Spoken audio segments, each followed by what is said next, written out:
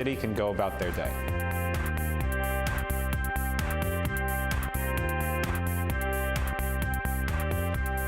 So the Los Angeles Police Department, along with the other city family members, in particular the Los Angeles Department of Transportation and Los Angeles Fire Department, we have been working for nearly 2 months in planning. Anytime there are thousands of people, and we've got more than 25,000 runners, our biggest concerns, anything terrorism related, active shooter, vehicle incursions along the route, we're doing everything we can to prepare for those potential events. Trained professionals are standing by in case anything does go wrong. But as we always say, we plan for the worst but hope for the best. So we're gonna be out there hoping for the best, cheering the runners on, interacting with spectators. And we just hope everybody has a great LA Marathon 2025, the 40th anniversary.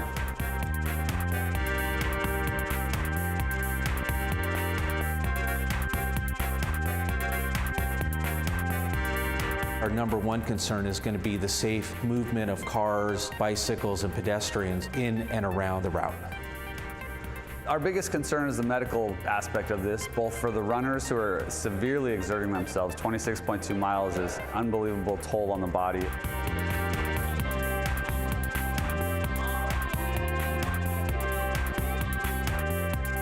Whether it's a minor medical issue or a more serious thing, we are standing by to help in whatever ways we need to. We've deployed more than 700 personnel on the route so that the public knows that they're there to help keep them safe.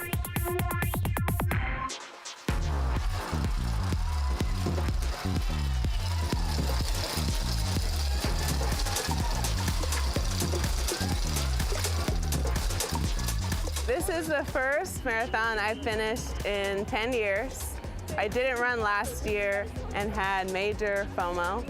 So this year I was like, I have to be part of the weekend, and I ran the half marathon and hit my goal pace. This marathon is amazing. I mean, the weather was beautiful. The course was so fast and fun. I really enjoyed running through the city and coming back home because I live up north in Berkeley. And so to come back to LA, to see everything and be around my old people, it was a good time. It's my 10th LA marathon. My buddy Miguel, dude, he's killing it too. Right? Pace leader, LA marathon, my boy Miguel too. Woo! Let's go, baby. It was great atmosphere out there today. Just runners all over. It was just an incredible, exhilarating experience, especially after these wildfires. I mean, what an amazing community experience. I just had an incredible time.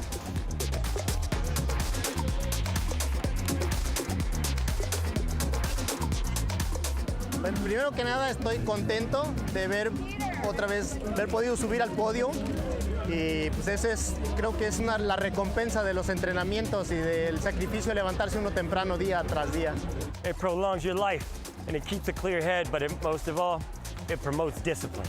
The marathon, I think, is just like an incredible way to know that you can do hard things. You just have to get outside and move, guys. It's part of just mental toughness and mental health, as well as having your body just moving and shaking and always being able to just do what you want when you want. Sign up for a race, train, and have fun. Well done to everyone who took part. Mayor Bass joined city departments and community organizations at an impacted worker and family recovery center. The one-stop hub provides comprehensive connections to help those hurt by the wildfires. 2 months after the devastation and the grief continues for too many people. We are here at one of our 4 impacted worker and family recovery centers. We have 4 throughout the city of Los Angeles, one in Culver City, in the Valley, in Boyle Heights, and this one here in South Los Angeles, helping families and businesses, individuals who are impacted or displaced because of the wildfires. People have lost their homes, but people have also lost significant income. There's been people who have lost their jobs and their livelihoods. And so what we're doing today is offering a one-stop hub to connect people to multiple resources so that they don't have to navigate, all of the red tape and the bureaucracy. We're really trying to streamline that process for everyone impacted. We have a range of services that we're making available for families. We are offering comprehensive services from financial assistance to financial coaching. If they are behind on their rent or they're behind on their utility bills, we're helping to connect them with those resources. We're also, if they're a business, they're helping to apply for a business grant. If they were displaced and they've lost income, we're helping people apply for their impacted worker relief fund. And then also connecting people that are interested in other employment opportunities to the workforce development system to help them there. So the Youth Development Department is here today to do a couple things. One is to help connect young people to employment opportunities. We're also here to make referrals to young people who are seeking services such as access to mental health services, after school program information, homework assistance. We can help them with that. We're also making sure that folks are aware of our Earn, Learn, Play website, where they can find out about the programs and activities the city has to offer through our 18 different departments that serve young people. We had a session today with the survivors, people who've lost their homes, and they talked about this being one of the most comprehensive meetings that they have attended. You look at the census data and the information about what the community needs, somebody has to do it, and it's beautiful when we can find a group of folk who are committed to meeting the needs, the relevant needs of families, from clothing to shelter to jobs. So our organization, Community Build, we're a boots on the ground organization, and I've had a chance to look in the eyes of people who are hurting, and I can do something about it, whether it's through influence, financial resources, or leveraging our corporate partners who have supported us greatly in this effort to help more people, and that's exactly what we do. For more information, people can visit recovery.lacounty.gov. Although it's closed for regular activities, Pacific Palisades Rec Center has become central to utility operations in the neighborhood. Residents who are rebuilding will get reconnected here. And in the meantime, there's some good news about the water supply. We're here at Unified Utilities Rebuild Operations Center at the Pacific Palisades Rec Center. We moved into this location week 1 after the fires. We brought our water and power crews here. We had an incident command post here with an incident commander. And from here, we deploy our power crews and our water crews to ensure that we were able to rebuild the power system and restore the water system. And we just shared great news that we're lifting the do not drink advisory for all of Palisades effective tomorrow. For those that are fortunate to have returned to their homes and businesses here in the Palisades, before using the water, we encourage you to run the water from all faucets for 10 minutes. We are also offering a $50 credit on their bill because of the water they're going to use to flush the system. We are leaving dog hangers in their doors with specific instructions on how to do so. We have restored power to thousands of homes and businesses, and as of yesterday, we are down to 143 customers that are located in very hard-to-reach areas. We're happy to be able to support our communities here. This is a center where you can come in when you're ready to rebuild and connect your utilities, and we have people here to support you. 2 months ago, the entire world watched as LA's heroes, our firefighters, police officers, and first responders fought tirelessly to protect our city. And 2 months since we have launched the largest disaster recovery operation in the history of the city of Los Angeles.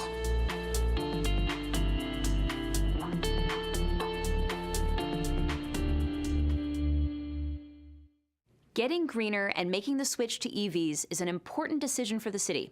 At the South Coast Air Quality Management District, they keep up with the latest in clean air technologies, and their recent showcase aimed to help others do the same. This is the South Coast AQMD Technology Showcase. This event really is all about showcasing some of the latest clean air technologies to help us reduce emissions and to advance our goals of clean air. We're really delighted today to have over 30 vendors participating in this showcase. There's a variety of different types of technologies and equipment that are here. Some examples would be things like battery electric trucks, battery electric police vehicles, zero emission and battery electric lawn and garden equipment, as well as air filtration units that help reduce residents' exposure to emissions. We are working to electrify trucking. We all want clean air, right? None of us like breathing in particles. They make us sick, they clog our lungs. We don't feel good when we're breathing in air. So what we're trying to do here is clean up the air, get diesel trucks off the road, move to electric, and make sure that we all have clean air to breathe. We at LA Sanitation have always considered ourselves stewards of the environment. We're here to look at the different types of electric vehicles, and as you can see behind me, we have a trash truck that we've been looking at. So we're testing and evaluating these vehicles to see how they will work for us. That's always been the goal and objective of LA Sanitation, that we have clean air vehicles. It is really amazing to see all the new technology available to people who want to make the switch from industrial combustion engines to EVs. Air quality is extremely important. We need to make sure that all of our communities are thriving and make sure we have a sustainable planet going forward. There's more and more pollution in the air, and we want to have zero emissions, especially for our future generations. All of us have to do our part. We're all here stewards of the earth. We got to make sure that we're taking care of it because we all want to leave it better than we found it. That's the goal. At a recent free tax preparation fair, the Office of Councilwoman Tracy Park and LA's Community Investment for Families Department were on site with financial volunteers. Together, they offered free help with filling out forms, filing taxes, and claiming credits.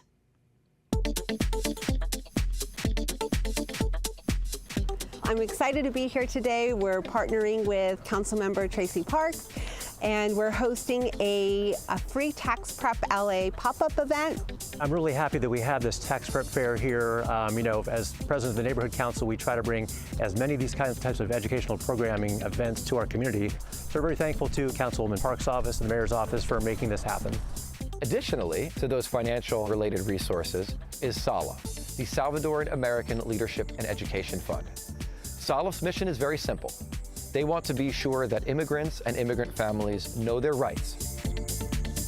We also have care bags full of basic essentials that folks can pick up free of charge. We are helping families complete their taxes, helping them claim important tax credits, like the Earned Income Tax Credit, the Child Tax Credit. The families normally pay $200 to have their taxes done, and this is more money that you're putting in your family's pocket now. We have helped over 40 people file their tax return and helped put over $30,000 in tax refunds back into their pockets. For more information, visit our website at cd11.lacity.gov. You can visit our website for more information, along with other events that we're hosting throughout the city.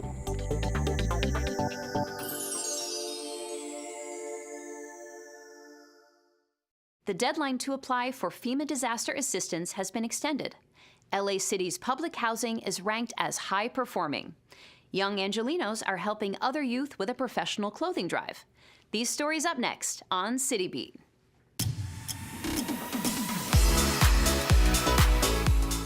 The FEMA deadline to apply for LA wildlife disaster assistance has been extended to Monday, March 31st, 2025. Disaster assistance can cover rent, temporary housing, home repairs, personal property losses, and other disaster-related needs not covered by insurance. The Federal Emergency Management Agency, known as FEMA, provides grants which do not have to be repaid, and FEMA assistance does not affect eligibility for Social Security or other federal benefits. In-person application assistance is available at 2 FEMA disaster recovery centers, one in Altadena and one at UCLA Research Park in the city of LA. For more information or to apply online, visit disasterassistance.gov. For the 12th consecutive year, HACLA, LA City's housing authority, has achieved the High Performer designation from the U.S. Department of Housing and Urban Development, known as HUD. The HUD evaluation measures the performance of public housing agencies in areas like property conditions and management practices. The high performer status comes with key benefits, including improved access to HUD grants.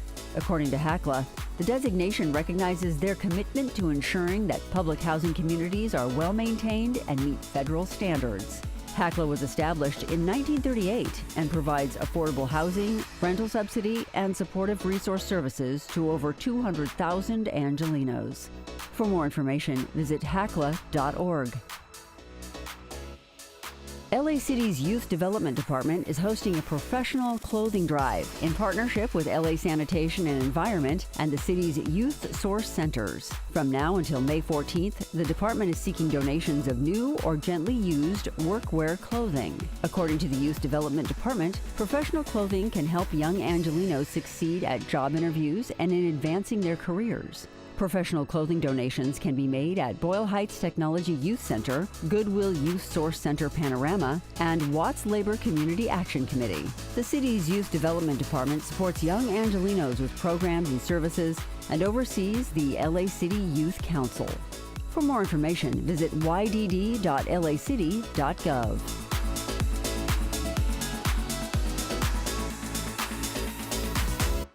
The latest in adaptable and accessible technologies was on display at the Abilities Expo, and practical experiences were encouraged. From goods to voting access and everything in between, this expo brings a diversely abled community together. Well, we're here at the beautiful Los Angeles Convention Center. We're here for Abilities Expo 2025. This is the largest disability-centered event west of the Mississippi. The Abilities Expo really can change people's lives because there's so many resources that people need.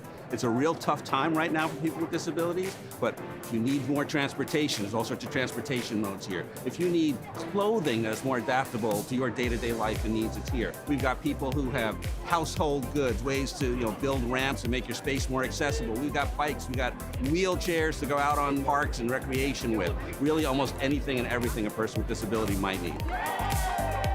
Anybody can benefit from seeing all of the latest and the greatest technology, resources, workshops for anybody who has a disability, family members who are disabled, or maybe you're getting a little bit older and you need a little bit of assistance. There's something here for everyone.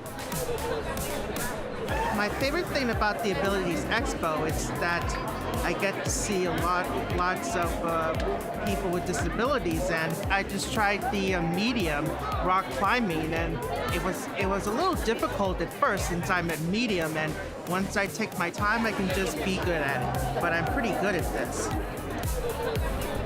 I like to see a lot of people interacting, doing hands-on stuff despite their disabilities. It's really exciting to see. Even if you don't have a disability, it's fun for people to be more self-aware. Having this kind of an exposition makes people understand that there is help out there. I have a daughter who has multiple disabilities, so it's really very personal for me. I think this is more relevant even today because a lot of our issues are under attack, and we really need to, for us to really stand up and to make sure that the services and benefits that people of our vulnerable communities continue to help them because they're human beings too, and they can contribute many ways into our society. So it's very important. As state treasurer, I chair the Cal Able program, and it is a savings program for people with disabilities who can save up to $19,000 in their own name without jeopardizing their SSI or SSDI. Now they have some level of comfort and independence knowing that they have money saved up in case of an emergency. It's so important for the Department on Disability to be part of this event because this is how we connect to the community. This is how we learn about what people in our community need. We're a very diverse community. This is how we meet all the other vendors and all the companies that are really committed to supporting people with disabilities. You can reach the City of Los Angeles Department on Disability online at disability.lacity.gov. Great to see people connecting to solutions and services at the Abilities Expo. If you were looking for a party in the 1-5, your chances doubled with the Gaelic and Garlic Festival. Irish and Italian communities celebrated two cultures in one event, creating an unstoppable wave of music, food, and dancing.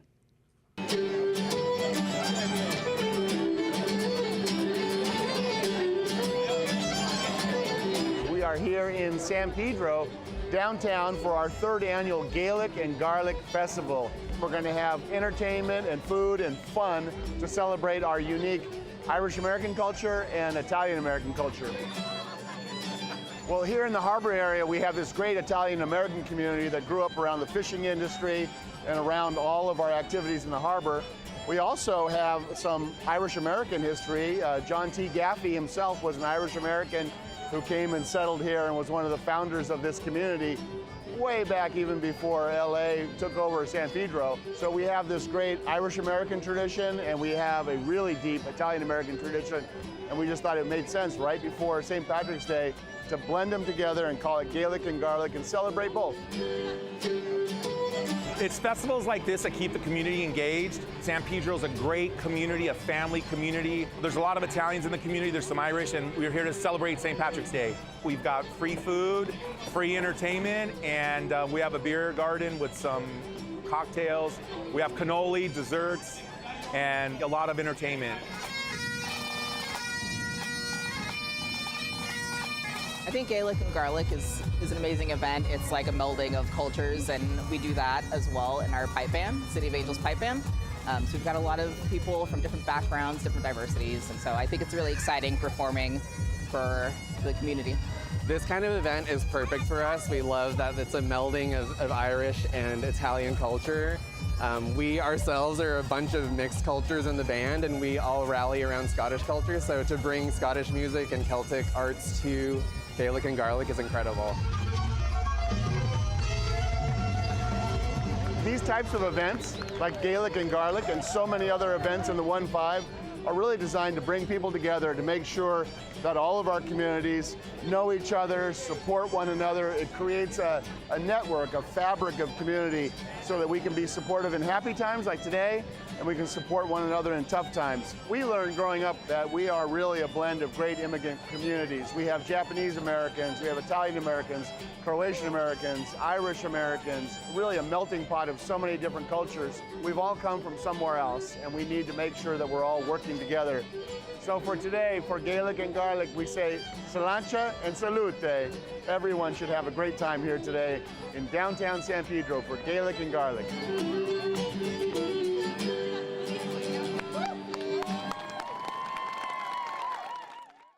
In this week's feature story, recovery is an active process. Following the devastating wildfire in the Palisades, we catch up with the U.S. Army Corps of Engineers. The Army Corps is doing all it can to optimize and expedite the progress of wildfire recovery.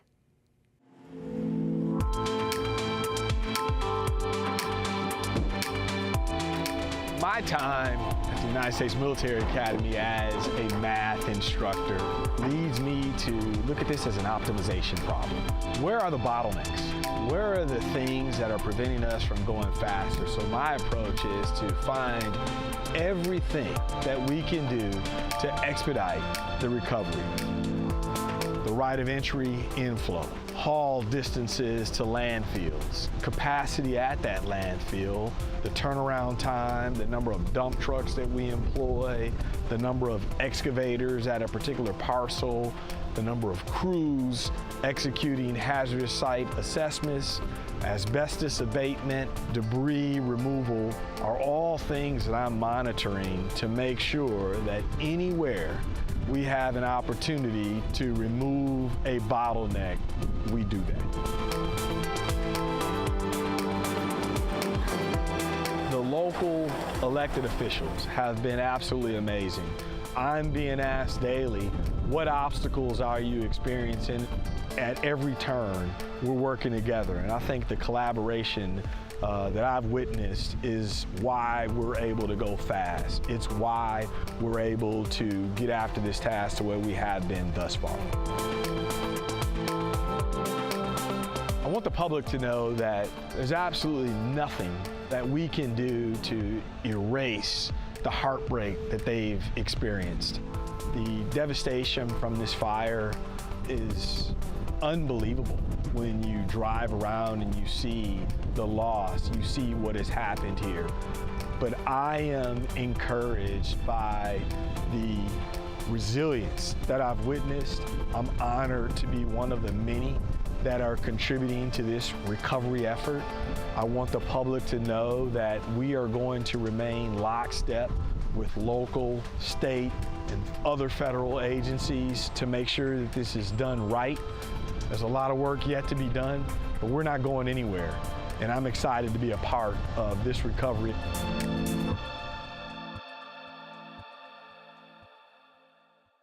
In this week's Things to Do, support the Close Shaves at a St. Baldrick's event, learn how to compost, and dive into student science projects at Cabrillo Marine Aquarium. All this up next on Things to Do.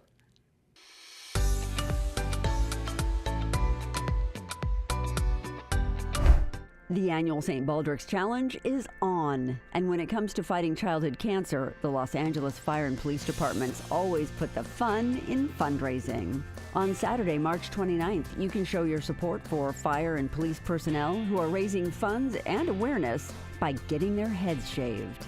Join Councilmember John Lee at the Porter Ranch St. Baldrick's event, where attendees can enjoy a pancake sausage fundraiser along with fire and police apparatus displays, face painting, magicians, music, and much more. Head to the Vineyards at Porter Ranch for this LAFD LAPD St. Baldrick's event on Saturday, March 29th at 9 a.m. For more information, visit stbaldricks.org/events/LAFD LAPD. Join the Green Waste Specialists of LA City Sanitation and Environment for a free home composting workshop on Saturday, March 29th. Learn how to compost, take home a plant, and enjoy a raffle during the event. The home composting workshop will show you how you can turn everyday kitchen scraps and yard trimmings into a nutrient-rich soil enhancer.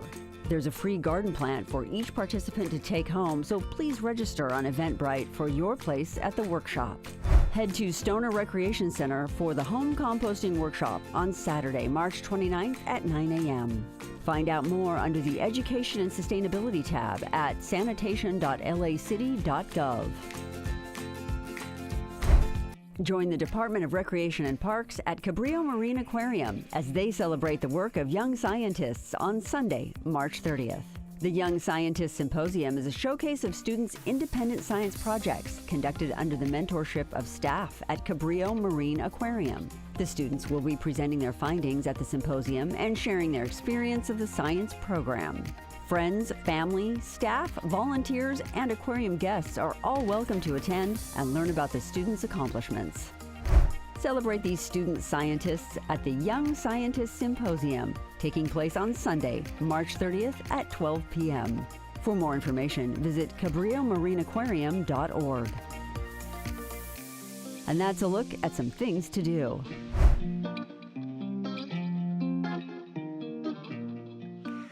And that's all for this week. I'm Susan Huckle, and from all of us here at LA This Week, thank you so much for joining us. Remember that you can watch us online anytime at lacityview.org. We're also on Instagram, Facebook, X, and YouTube. See you next time for more LA This Week.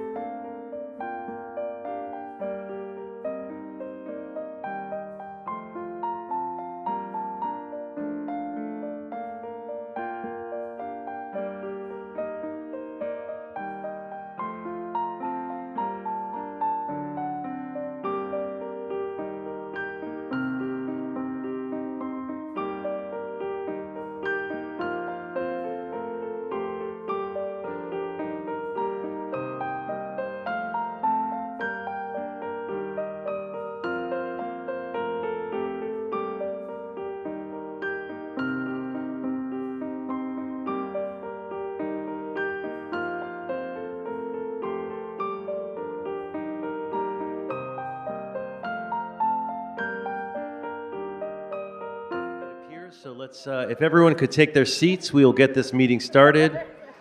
Shh. Please, everybody settle down and take your seats. We're going to begin this meeting. In order to begin the meeting, though, of course, we need to establish a quorum. So, Clerk, if you could read the roll. Yes, Mr. President. Blumenfeld, Herzausen, Hernandez, Hutt, Jurado, Lee, McOsker, Nazarian, Park, Padilla, Park, Price, Rahman, Rodriguez, Soto Martinez, Yaroslavsky, 12 members present and a quorum, Mr. President. Great. First order of business. Approval of the minutes of March 19, 2025. Great. Councilmember Soto Martinez moves. Councilmember McOsker seconds. Next. Commendatory resolutions for approval. Okay. Councilwoman Hutt moves. Councilmember Hernandez seconds. Next. If I may, sir, run through the agenda. Okay. Items 1 through 6 are items for which public hearings have been held. Item 7 is an item for which public hearing has not been held. 10 votes are required for consideration. Okay. Without objection, those items are now before us. Colleagues, any members have any items that they wish to call special? Looking to my left, looking to my right, Mr. Price. Thank you, Mr. President. Out of an abundance of caution, I'm recusing myself from items 2 and 3 because it's unclear who is part of the organization. Item 2 and 3. Thank you. Okay. You will be, we'll recuse you on items 2 and 3. Colleagues, any other comments, questions, or items to be called special? Seeing no members on the queue, those items are now before us. What items can we take up right now? Mr. President, the council may now vote on items 1, 4, 5, and 6. Okay. Those items are before us. Seeing no members on the queue, let's open the roll, close the roll, and tally the votes. 12 ayes. Okay, what's next? The council may now vote on items 2 and 3 called special by Councilmember Price for recusal. Okay, Mr. Price is, let the record reflect, Mr. Price is leaving the room and he is off the board. He's now off the board, so colleagues, anyone have any comments or questions on these 2 items? Seeing no speakers on the queue, let's open the roll, close the roll, tally the vote. 11 ayes. Okay, if we can invite Mr. Price back into the room and put him back onto the board. What's next? The council may now proceed to presentations. Great. Thank you. We will begin presentations with Council District, which one is this? Katie Yaroslavsky with UCLA presentation. All right.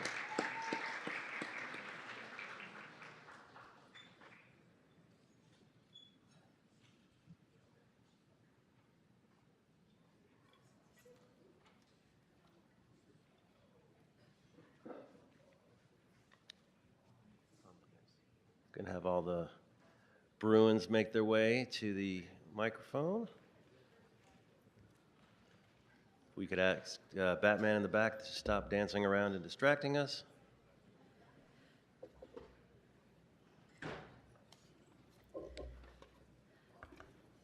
Good morning, colleagues. Give me 1 second. Today I have the privilege of introducing someone who needs no introduction on the world stage, but who we're proud to officially welcome into the civic life of Los Angeles. As the council member for Westwood and UCLA, and a proud UCLA alum, I'm honored to present Chancellor Julio Frank to the City Council.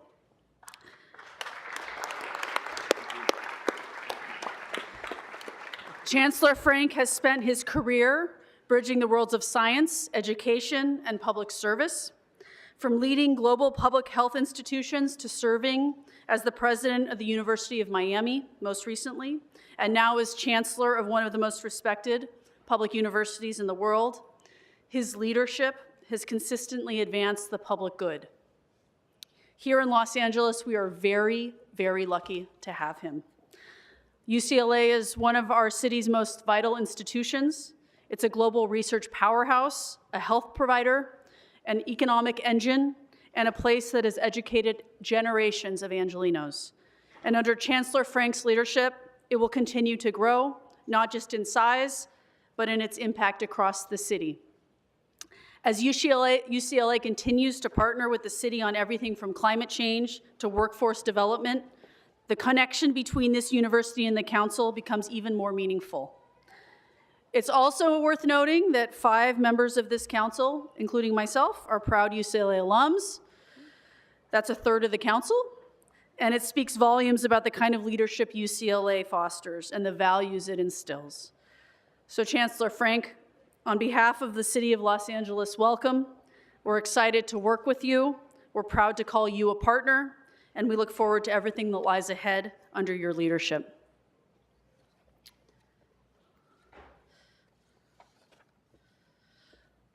I think you're going to speak now, yeah? Well, so I ask everybody to give a warm welcome to UCLA's newest chancellor, Chancellor Frank.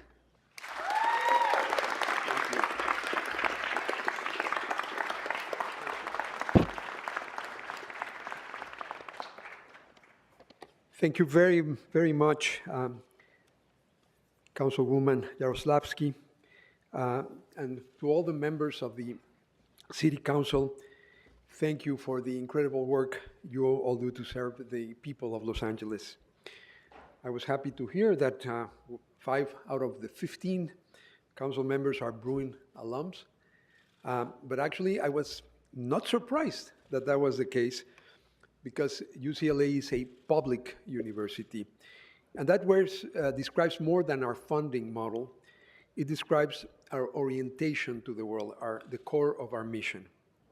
The UCLA community and our alumni are driven by a desire to serve the common good, whether that's around the world or right here in LA. I often say that UCLA is not just a university in Los Angeles, but a university of Los Angeles. Our past, present, and future are intertwined. And today I want to talk about 3 ways in which we try to lift up the city and its people. First, we connect with LA through service. Volunteerism is the link between our UCLA community and the larger world. We saw this firsthand during the devastating wildfires. Bruins worked alongside regional leaders, first responders, and volunteers to provide relief. And we were able to donate space at our UCLA Research Park for the Disaster Recovery Center. Over 2,500 members of the Bruin community signed up to volunteer. Now, more than 20 UCLA faculty are helping to reimagine and build back Los Angeles more safely and more sustainably. They are part of an independent Blue Ribbon Commission we announced with LA County Supervisor Lindsay Horvath. And we have more plans in the works. New spaces like UCLA Downtown, just down the street, as well as UCLA South Bay and the UCLA Research Park. And the Metro D line extension that will make it easier for Angelinos to connect with UCLA. Second, we are a significant economic driver in LA. About 1/3 of our undergraduate students are the first in their families to attend college. This is part of why UCLA has been, for the last 8 years, ranked as the #1 public university in this country. And we all know offering those pathways of opportunity have ripple effects across generations. UCLA is a powerful economic engine. We are the 4th largest employer in the county. Our research advances lead and help and empower companies and ventures. We actively translate our discoveries into solutions. And we educate the next generation of knowledge workers, healthcare professionals, and community leaders. Finally, we are a cultural and civic partner. And the partnership works both ways. Our students benefit from living in the creative capital of the world, and we are contributing to that vibrancy every day. We're home to the Hammer and Fowler Museums, the UCLA Film and Television Archive, and cultural events that bring thousands of people, actually about 500,000 people every year, to Royce Hall, the Nimoy Theater, and other places. As a civic partner, we collaborate with LAUSD and community colleges to strengthen educational pathways. And in just a few weeks, a group of UCLA students will be here for Luskin City Hall Day, a way of connecting with city leaders on public policy and governance. So together, as a city and a university, I am proud of all that has been accomplished in the 105 years of existence of our university.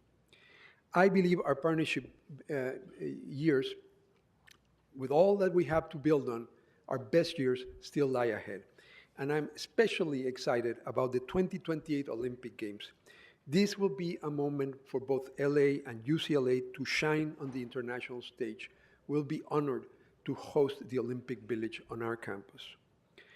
Thank you again to the Council for this warm welcome and for your ongoing partnership. I look forward to working with each and every one of you. Thank you.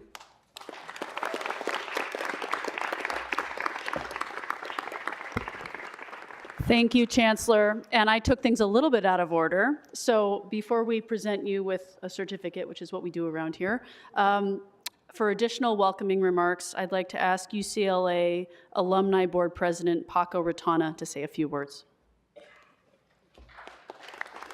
Thank you.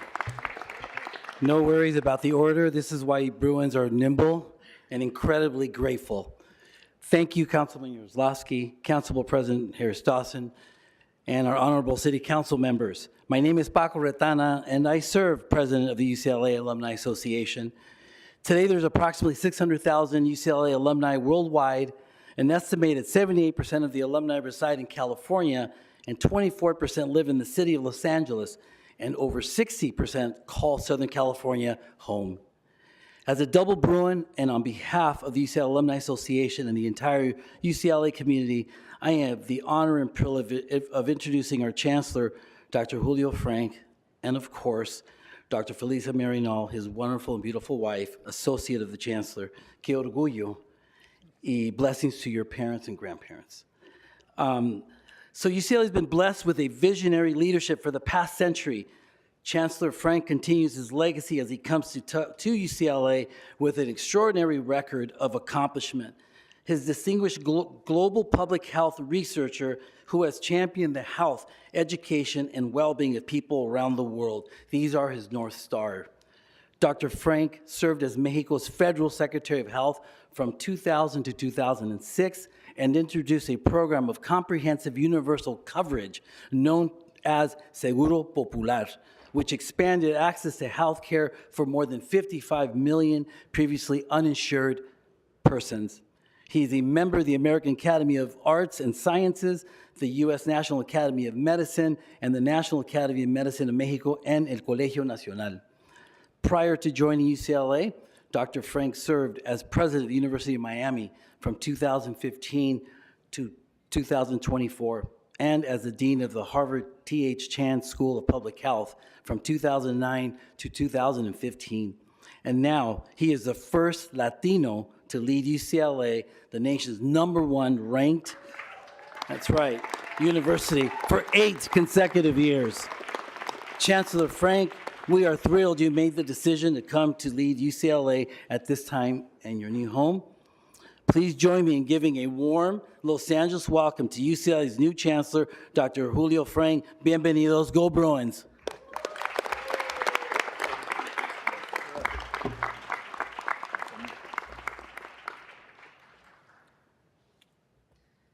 So we have this for you. We're gonna make sure your face is in there. We have a few members on the queue as well. So we will start with Councilwoman Gerardo. As soon as they're done with their photo. Okay, Councilwoman Gerardo. Thank you so much, Chair. As a proud double Bruin, it's such an honor to welcome Dr. Julio as the 7th Chancellor of UCLA. UCLA gave a girl like me a chance to be in these positions. As a teen working class mom and daughter of immigrants, it gave me, I was a transfer student, I was a commuter, and I got an affordable world-class education where I got to learn Tagalog, Asian American history, and the history of rebellion and activism at UCLA, which is just so ripe.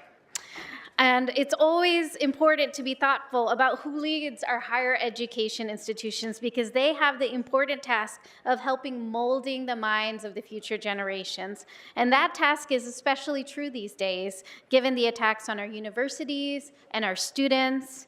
And in learning about your background, it's clear that you are the right person for this moment.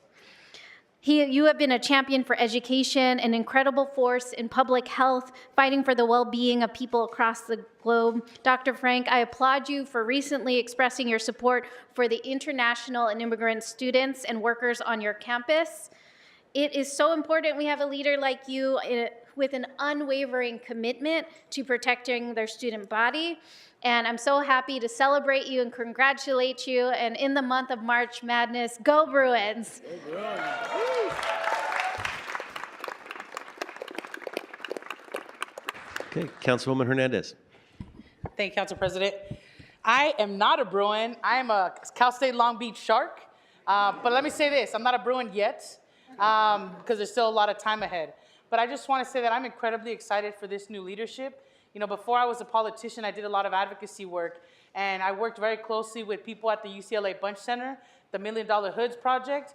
The work that they produced there, the research that they produced, showed us that in LA County, we were over-criminalizing women for small things. We were over-criminalizing our young people. And that data and that research helped to stop a $3.5 billion jail plan where the county intended to build 2 new jails, one for women over 50 miles away in the desert and one specifically for people with mental health needs here in downtown.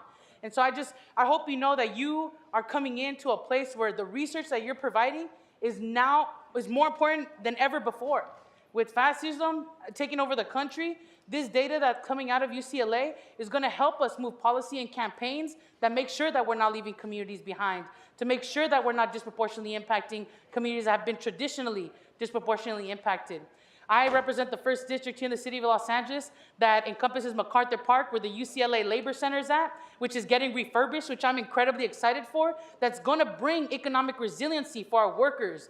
And I hope that we can tour it one day together, because the work that's going to be coming out of that area is going to help lift so many families out of financial crisis, so many workers out of terrible workplaces. So thank you so much for stepping up to be a leader at this time where we need strong leaders committed to our people, and I'm excited to partner with you. Thank you so much. Thank you. And certainly let me add, I mean, as also a Bruin to the business school executive program there, and you can't say UCLA without LA. And you guys are integrated throughout our city.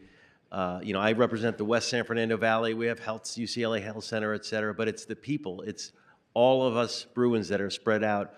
But it's the fact that you're not just an insular community. You guys engage with our city, and you make our city so much better. And we welcome your leadership, and we're so glad to have you here today. So thank you.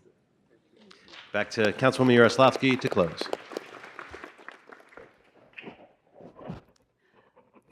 This is the beginning, and there's so much that we're going to do together. And at this moment, more than any other moment, we need that partnership with people who are interested in facts and the truth, and that's what's coming out of UCLA, and that's what we're going to do to drive our city forward. So thank you all for being part of this presentation today. Thank you. All right, while the UCLA folks are making their way off, I would ask Councilwoman Park to make her way to the podium for a special presentation.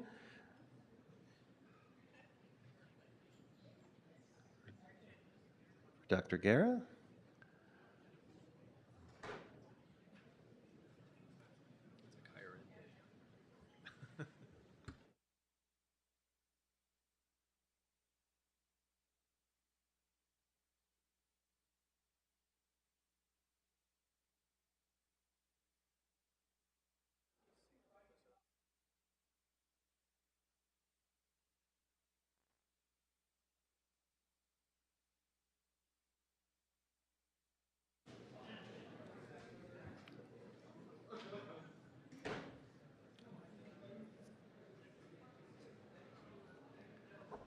Okay, if we could get Councilwoman Park. If I could ask folks to try to, who are exiting, to exit quietly, please, so we can get to our next presentation.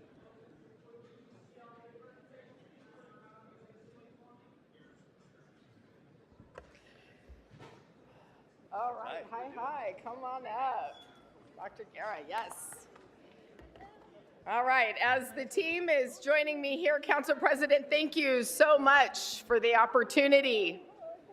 I'm proud to be joined this morning by esteemed members of Loyola Marymount University, my alma mater, and family and friends of Dr. Fernando Guerra as we recognize his 40th anniversary at Loyola Marymount.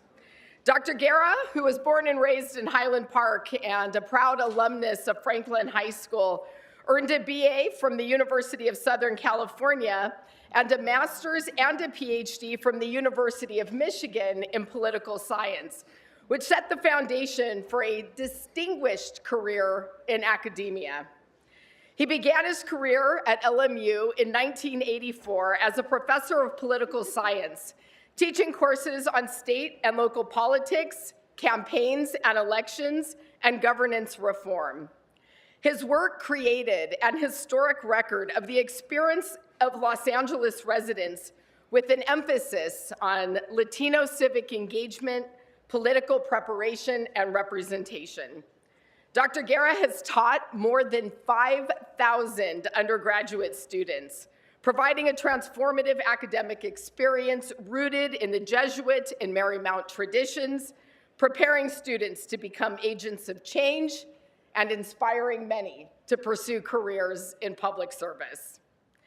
In 1997, Dr. Guerra founded the Center for the Study of Los Angeles, a leading public opinion research organization that captures the complexities of life in Los Angeles. Under his leadership, Study LA has become one of the leading undergraduate research centers in the nation and a trusted source of information for decision makers and community stakeholders. He was the principal investigator for several major studies, including the Angelino Poll, the largest general social survey of Los Angeles residents, which surveyed nearly 50,000 residents since 2014.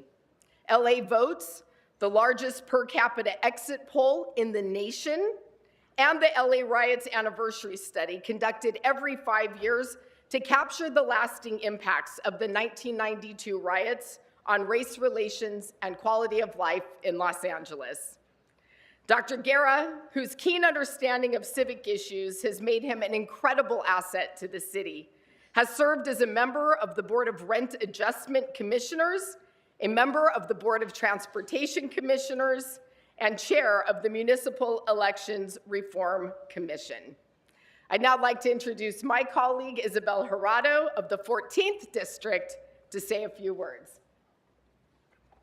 Thank you so much, Councilmember Park.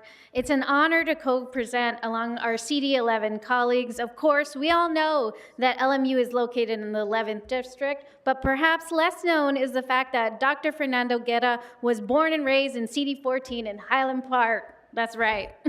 I often talk about how proud I am that CD14 gets to claim so many change makers. I'm so lucky, and you, Dr. Guerra, are undoubtedly one of them. The more than 30 major studies you've conducted have helped us gain a better understanding of the dynamics of our city and insight into the views of Angelinos. And because of how your studies are crafted, they have often given a voice to the Angelinos that are often underlooked. But beyond your tremendous contributions to academia, part of your greater legacy is the impact that you've had on your students. You have inspired so many of them to pursue careers at various levels of government, and I know firsthand because I get to personally benefit from that because we have 4 Lions on our staff that have been taught by you and mentored by you, so we're so lucky. So thank you for your dedication over the past 40 years to LMU and their mission to develop men and women for others, and your love for this city and your commitment to the greater Los Angeles community is inspiring, and we're grateful for all that you have done in service to our city. Congratulations on this major milestone. Thank you, appreciate it. Yeah. Thanks, Dr. Bertha. Thank you, Councilwoman Jurado. This Saturday, by the way, March 22nd, Dr. Garrow will celebrate his 40 years of meaningful scholarship and thoughtful student mentorship, enriching LMU's academic and cultural legacy. I'd now like to take a moment to introduce John Kerala, who is the Senior Vice President of Marketing, Communications, and External Relations at LMU. Come on up. Councilmember Tracy Park, thank you. And we are both, as you mentioned, proud LMU alumni of LA's Catholic University. So we're proud to be LMU Lions. Second, thank you for your leadership of CD11 of our city and for championing this well-deserved recognition of one of LA's living legends, my friend, Dr. Fernando Guerra. So I'm honored to speak on behalf of LMU, and our president sends his warmest congratulations to Fernando and our community its deep appreciation for Fernando's 4 decades of extraordinary service and leadership. Let's be real, though. The City of Angels would not be the City of Angels without the Professor Fernando Guerra. LMU would not be LMU without Dr. Fernando Guerra. And these are not just my words. They're the shared sentiments of generations of our students and alumni he's mentored, leaders he's advised in our region and beyond, and the millions he's inspired through decades of media appearances, research, civic leadership. There really is only one Fernando Guerra. So for 40 years, as you've heard, Fernando has been a brilliant scholar, a beloved professor, and a tireless advocate for civic engagement and social justice. As the founding director of LMU Center for the Study of LA, he's helped us understand our city and ourselves, highlighting the evolving demographics and values that have shaped our region's future, our shared future. But Fernando hasn't just studied civic life, he's ignited it. And if you've ever gotten a call from him, and you've probably gotten a few of them, and you're not just invited to things, but you're also voluntold a few things. And when you say yes because every idea, every effort was for the students, it was for our community, and it was for the greater good. He has spoken truth to power with consistency, urgency, and care, especially when it mattered most. And he's helped shape a generation of leaders now serving across government, media, and public life. Fernando, thank you for elevating our city, for advancing LA's favorite university, for giving a voice, a well-informed voice to all of us. Congratulations on 40 incredible years. And here's to the next chapter of impact for all LMU Lions, for all Angelinos. Please join all of us in celebrating one of our heroes, Dr. Fernando Guerra.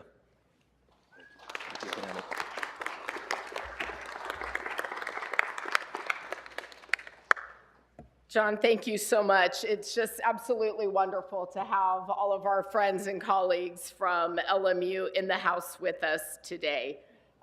With that, colleagues, I would like to present this resolution on behalf of the City of Los Angeles to congratulate Dr. Fernando Guerra for his 40 years of exemplary service at LMU, and knowing that his work will continue to be instrumental in preparing the next generation of scholars, organizers, and public servants who I know will lead with compassion and a steadfast commitment to a thriving and just Los Angeles.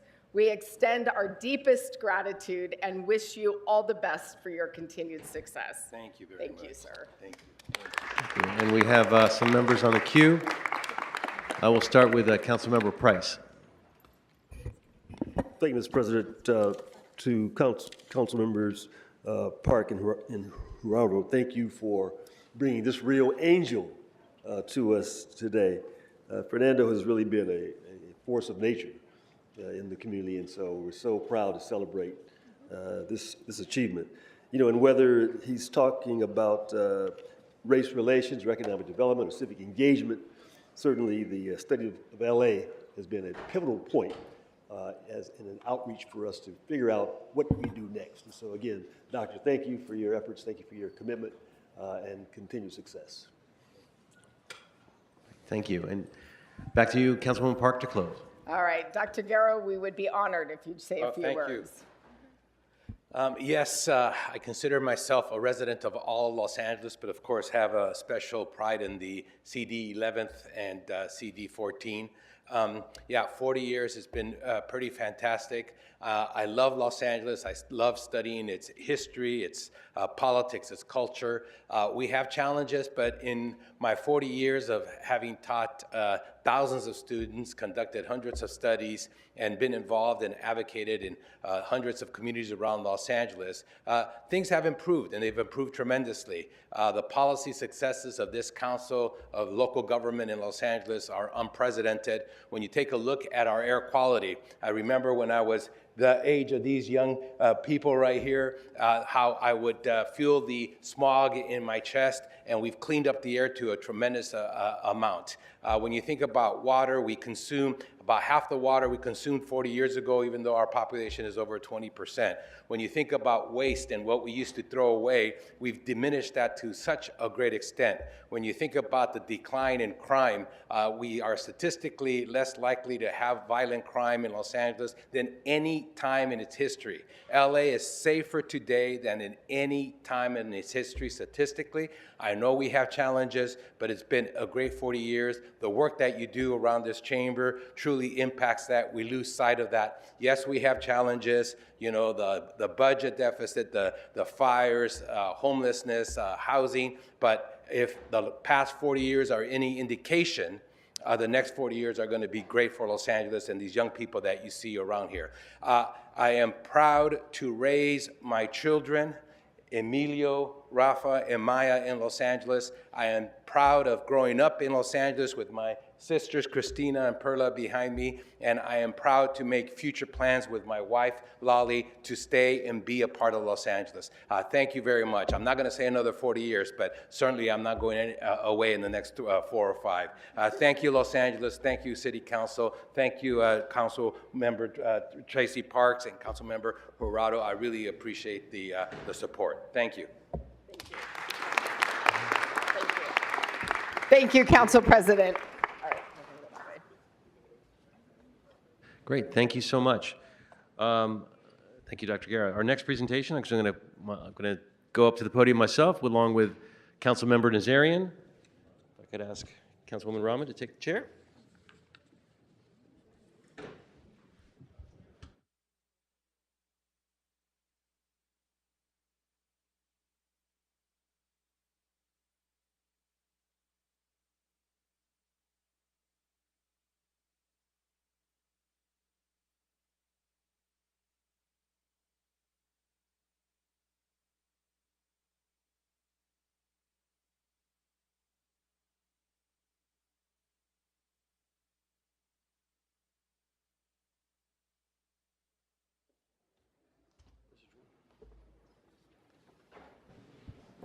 Yeah, please, everyone join me here. Can I have all of our, Nowruz presenters up at the podium?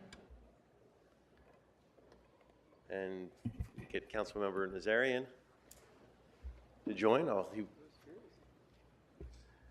He should be here in a moment.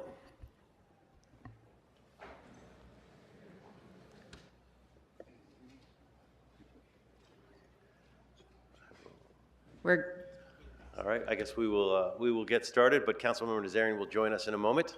I am certain, just the way the future works. He's on his way. All right. So colleagues, today the Council of the City of Los Angeles once again demonstrating its commitment to the core strength of this great city, its cultural richness and pride in our diversity. There he is, Councilmember Nazarian, come on up. All right, we're doing this by recognizing an important symbol of an ancient culture and a thriving community in our midst. The Persian American community of Los Angeles and Southern California joins us today to celebrate Nowruz. This is the beginning of the Persian New Year. For thousands of years, Persians have celebrated the first day of spring, Nowruz, as the coming of the new year, signaling hope and promise of health, prosperity, and peace for all of humankind. Nowruz is celebrated annually, worldwide, including diverse communities across the Middle East, Central Asia, South Asia, the Balkans, East Africa, North America, you name it.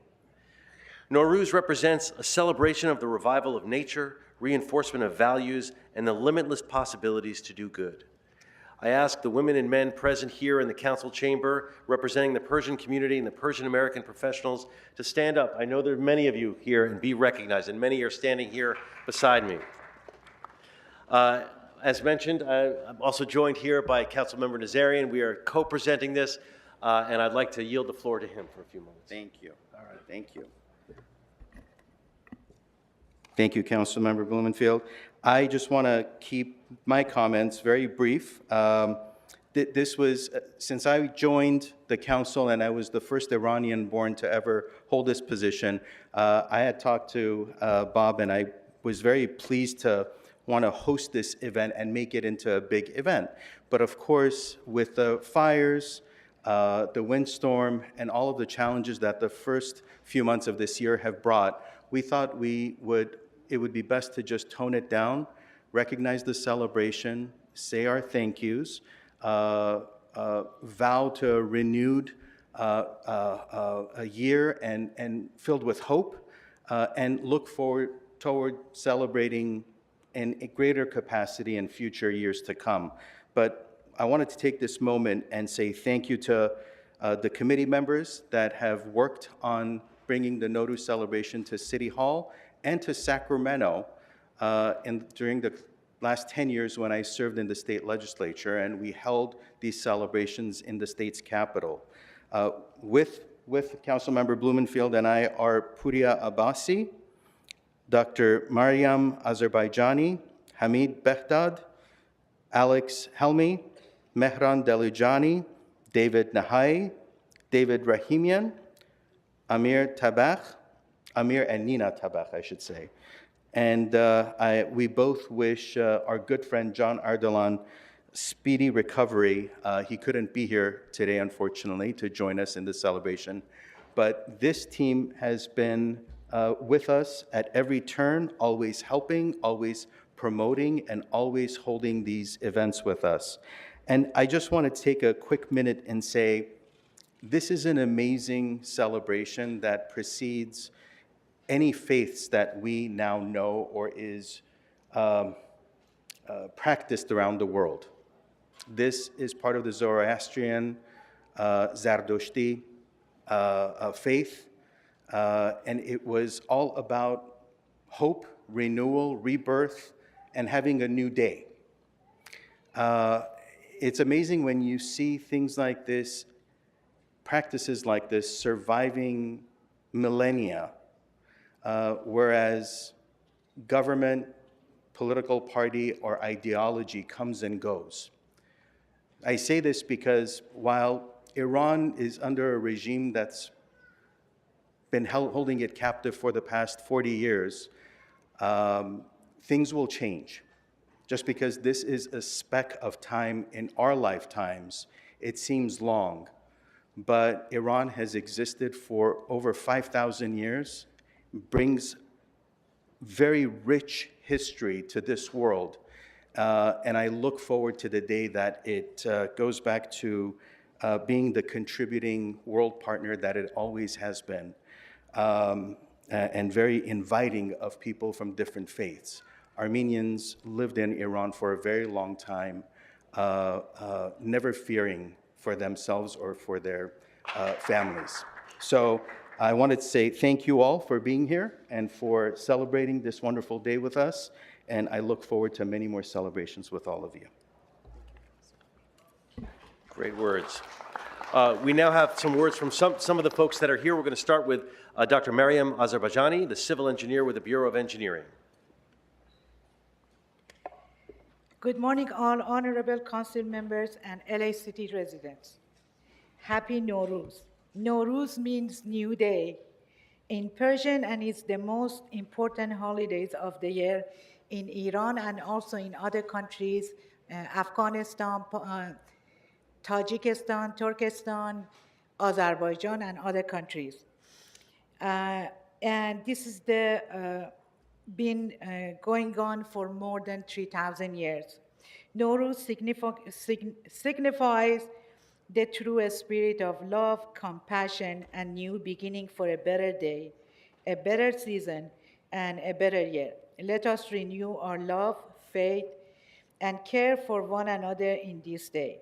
May this Nowruz and future Nowruzes to come lead us to a better world in harmony, peace, and brighter future. This year, we are all praying that all the good blessings to come to our beautiful city.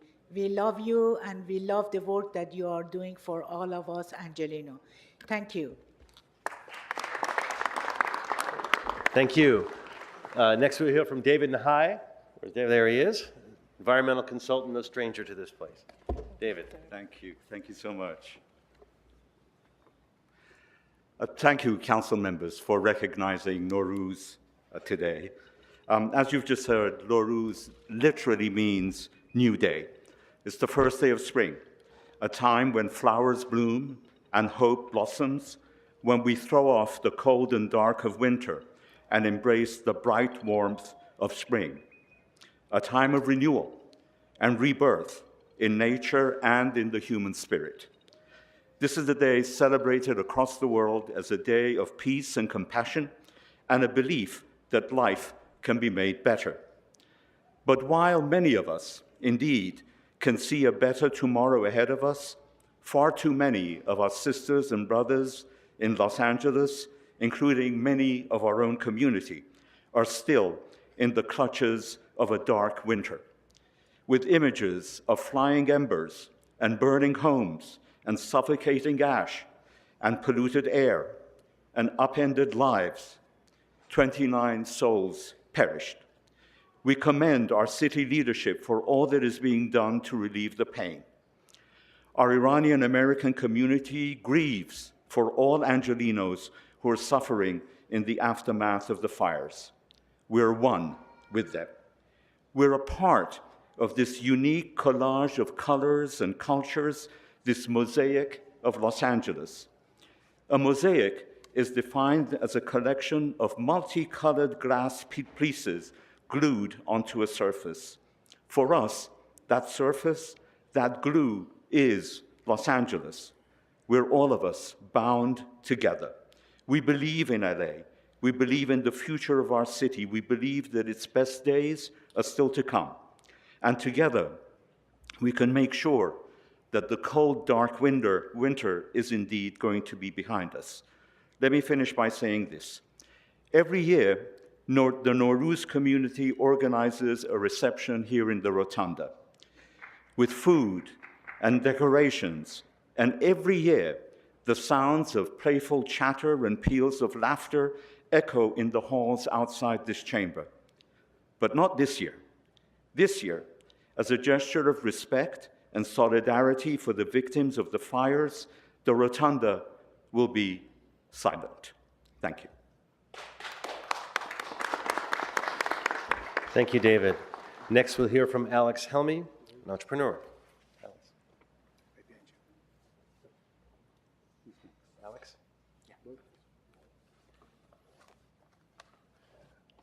I just want to wish everybody Happy New Year and with good health and happiness for everybody in this city.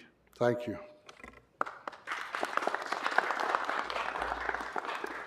And finally, clean up no stranger to this institution, Priya Abbasi.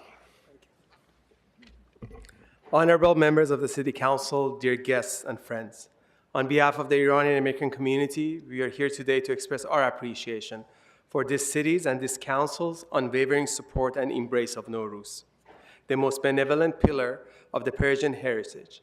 Since 2004, and initiated through the efforts of the then Councilman Cardenas, City Hall has celebrated Nowruz with us. City and county, state and federal elected officials and appointed officials have spoken in these chambers of the ageless themes of hope, love, peace, and empathy enshrined in the traditions of Nowruz. They have been joined by civil servants, members of academia, scientists, business folks, and cultural and social notables from within the Iranian American community of Los Angeles. They have all expressed their confidence in this great city to overcome calamities, to continue her embrace of global cultures and people, and to be the beacon of hope and possibility for so many seeking to serve and make Los Angeles their home. This resonates with me personally. When I look back at my own experience, having had the honor to serve this city. In 1998, I was honored and blessed with U.S. citizenship at the ceremonies held in the Los Angeles Convention Center. Within 2 years of that day, I became the COO and then the CEO of the same convention center, serving Angelenos in that capacity for 12 years. There was and still is no other city in the globe that such an experience is possible, even as a dream. So if Nowruz is defined as hope and possibility for a brighter future, I cannot think of a better place to celebrate Nowruz than in our very own Los Angeles, a city that thrives and is defined by hope. May Nowruz 2025 bring all Angelenos much love, peace, and health, and may we all do our utmost to bring joy and hope to those around us. Thank you, and with your permission, and as this program is being captured and broadcast worldwide to many Farsi-speaking corners of the world, I would like to extend best wishes in Farsi. Please. از جانب شهر لس آنجلس نوروز باستانی را به همه مردمان به ویژه پارسیان در سرتاسر جهان تبریک گفته آرزوی سالی مملو از سلامتی، شادی، عشق و محبت را برای همگان داریم. نوروزتان پیروز، هر روزتان نوروز. Thank you. Thank you. We have a beautiful proclamation here, and this proclamation was created by Albert Mibasu from Council Graphics, also a dedicated Persian American working for the city of Los Angeles. So please accept this on behalf of the city of Los Angeles, Nowruz Piruz.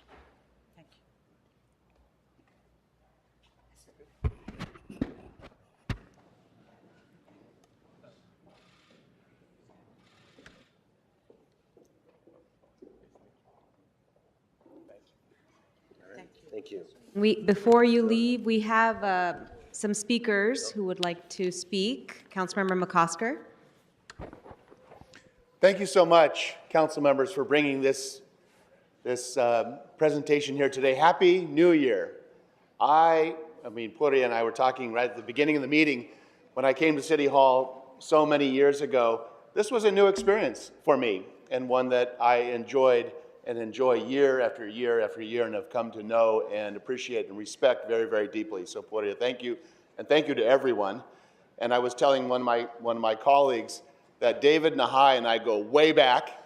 We were on opposite sides of a mayoral election, and we were in front of a Persian American association or something, debating one another. Can you imagine how hard that is with his beautiful accent and how articulate he is? And he was in front of his own community. And I have to say that my takeaway from that event was I was so welcomed, and I was so respected, and I was appreciated for my deeply held convictions on behalf of my boss, and you were stating yours. And that really captured this deep respect that the Persian Americans have for one another and have for this country and have for this community. And this is really emblematic of that today. And I also want to say, even though in the 1-5 we don't have a large Persian American community, I have Drew Leach on my staff, who's a proud Persian American, and next week she's going to be gracing us with the 7 dishes in our office. So Happy New Year to all of you, and thank you for being here today. Thank you so much, Mr. McCosker. If there's any other speakers who would like to speak, our screen isn't functioning here, so just raise your hands if you want to make any remarks. I'll just say thank you, Councilmember Blumenfield, thank you, Councilmember Nazarian, for bringing this forward today and for inviting this big community in here to celebrate with us. And your remarks about the meaning of Nowruz, particularly this year, after what Los Angeles has been through, really struck a chord with me.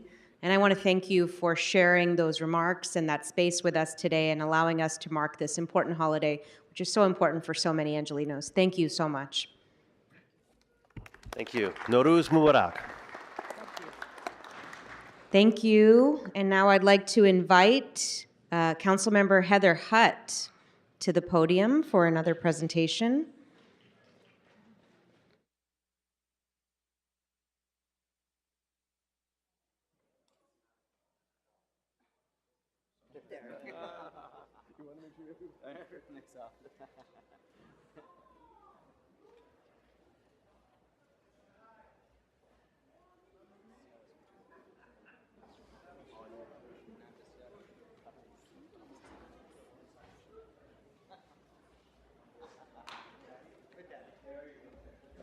Welcome, Councilmember Hutt. Thank you.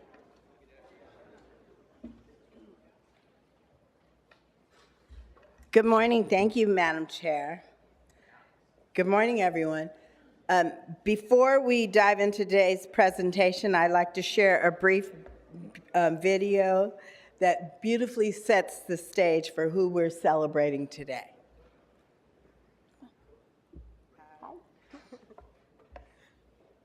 How would you describe your dance style?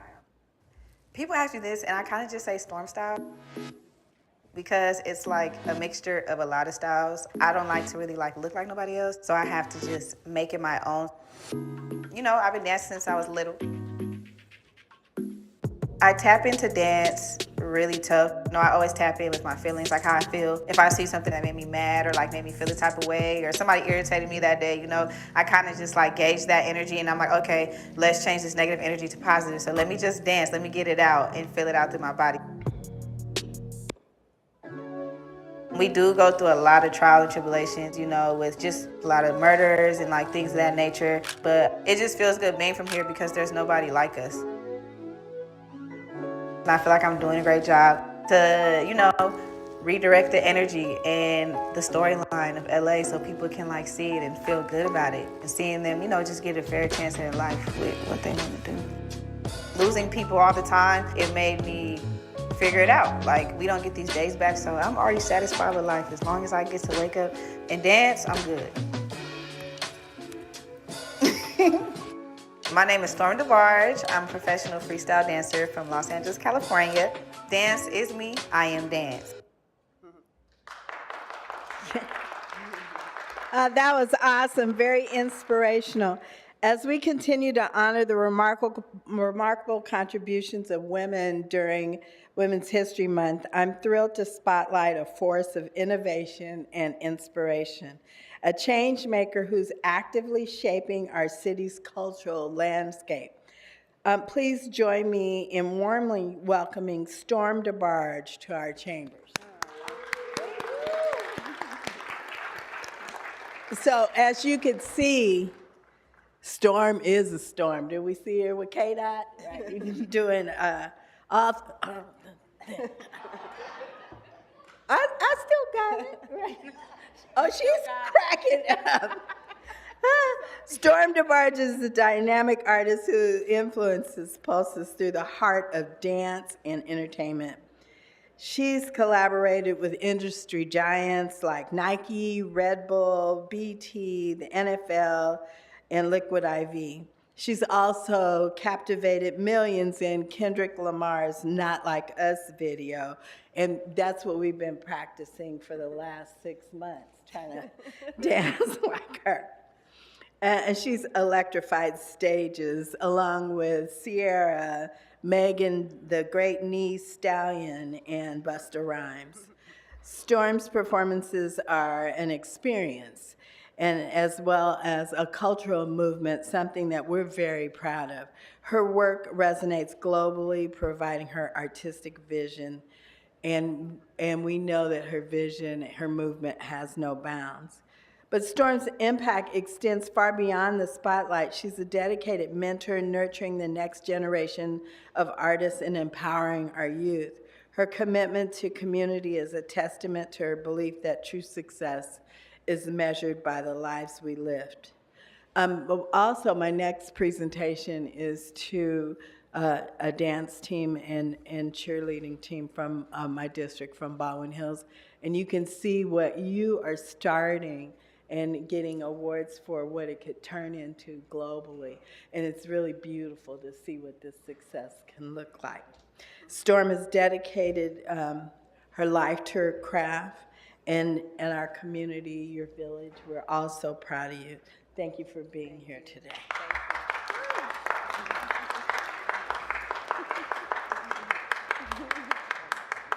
Oh, flowers. have stuff. We have flowers, and we have a certificate. And Ms. Hutt, if I could, I can't see if there's any speakers on the queue, but I just did want to say, Ms. DeBarge, your movement is incredible and inspiring. I'm excited to learn more about the work that you do, and I have seen your work without knowing it was you, and it is really, really beautiful. So thank you, Councilmember Hutt, for bringing Storm to council chambers and for honoring her, because that joyous dance is how we want Los Angeles to be represented across the entire world. And so thank you for that. Thank you, Council Chair. It is really exciting. I am motivated. I'm going to learn the little steps from them. Please don't leave because they got a little something to do next. But I do want to give you a certificate of recognition to Storm DeBarge, and it's signed by all members of the City Council.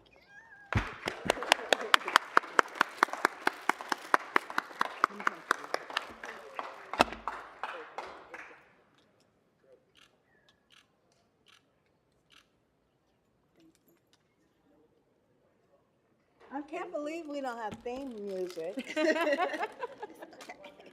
We were, they not like us. You got it.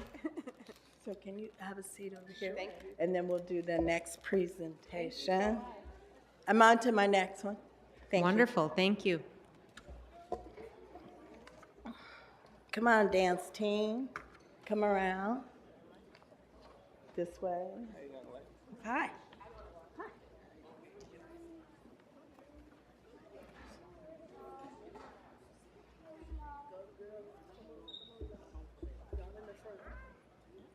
Come on this side too. Hi. Hi, how are you? Good morning, everybody. While they're getting settled, I'll move on to the next one. We have with us today some serious talent. Not like you weren't serious, Storm, but please welcome the incredible Baldwin Hills Bruin cheer and dance team. These young women aren't just talented.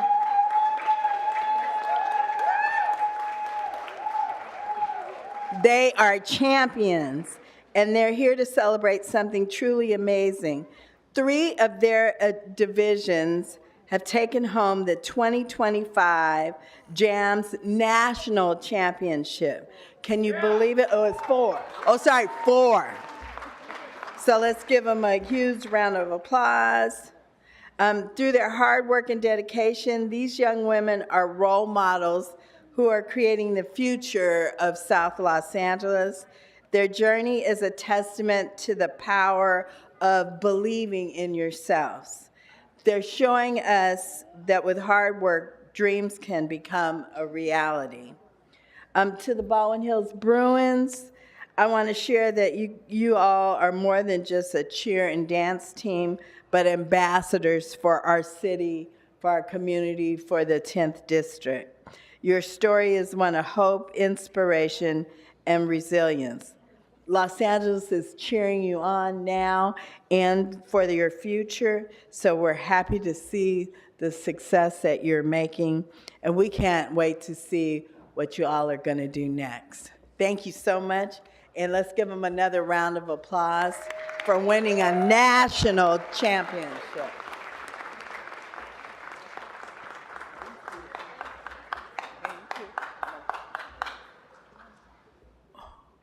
We have a little something special. Tell me when we're ready.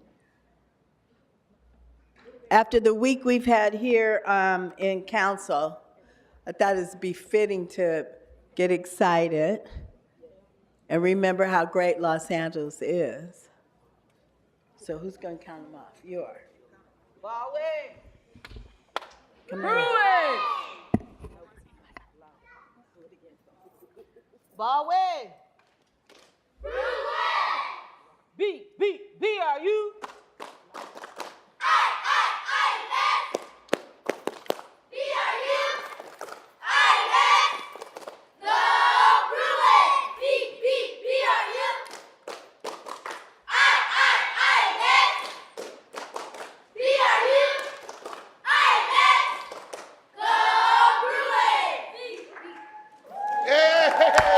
Awesome. And so I have a certificate for the Baldwin Bruins Cheer National Championship. And this too is signed by all members of City Council. Who we see? Oh, well, you come on over here. We have to tip it this way for the glare.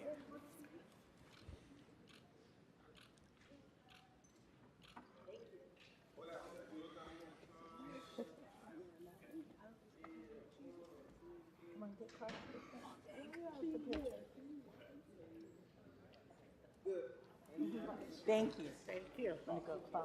Thank you so much, Councilwoman Hutt. Now we're going to transition from Bruins to Trojans. And if I could ask Councilmember Price to come forward for a special presentation on the USC Good Neighbors campaign.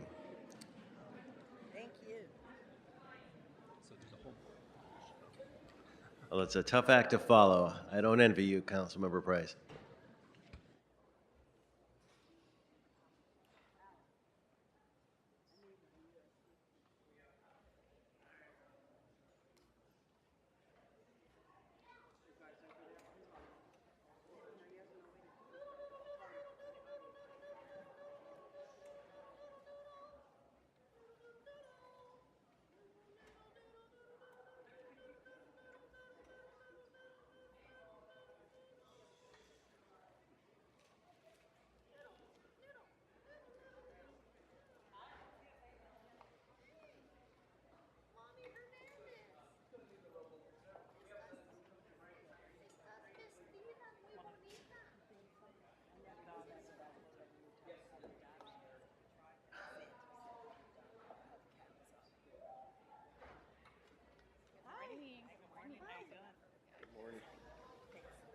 All right, beginnings are on here. Beginnings are on here.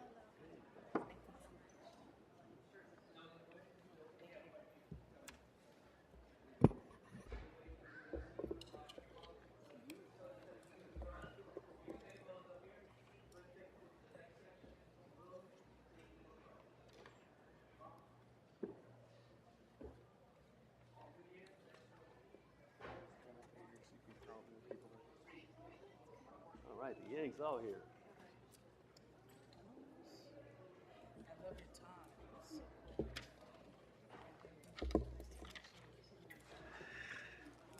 Colleagues, friends, we have a special welcome to our guests from the University of Southern California. This morning, I'm proud to recognize the 30th anniversary of the USC Good Neighbors campaign. Let's give it up. For 3 decades, the USC Good Neighbors campaign has been a cornerstone of community activism in South LA. This outreach initiative was created to make a positive impact on the communities that neighbor USC's campus.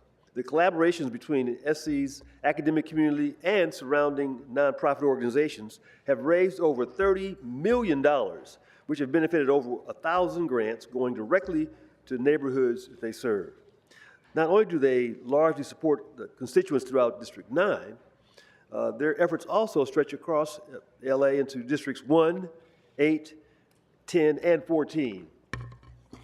These grants focus on the areas aligned with USC's values of diversity, equity, and inclusion. Yes, I said it. Through encouraging the advancement of education, economic and workforce training, health and wellness, sustainability, food access, and the visual and performing arts. And with the help of faculty, staff, and student volunteers, we have a tremendous opportunity to reach the community. SC is able to bring their community service to fruition. So without further ado, let me bring up SC's VP of Civic Engagement, someone who's no stranger to City Hall, Effie Turnbull Sanders. Effie? Thank you. Thank you. Thank you, council members. It is wonderful to be here today. I'm Effie Turnbull-Sanders. I'm the Vice President for Civic Engagement and Economic Partnerships. I want to also congratulate Chancellor Frank. Even though he's from the other side, I am a double Bruin and also a Trojan. Fight on.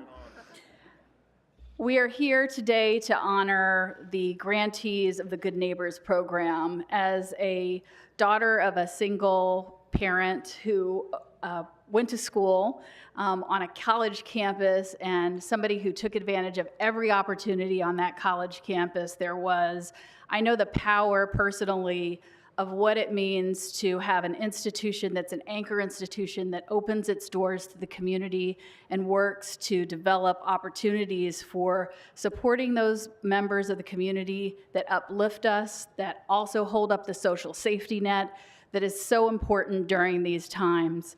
We're really excited to have this honor today, and I'd like to turn it over to Dr. Carolina Castillo, who has led this program, the Good Neighbors program, for over 15 years and dedicated her life to helping to serve the community. We're really honored to have her leadership and honored to have the grantees here who have benefited from this program, and together we're able to fight on.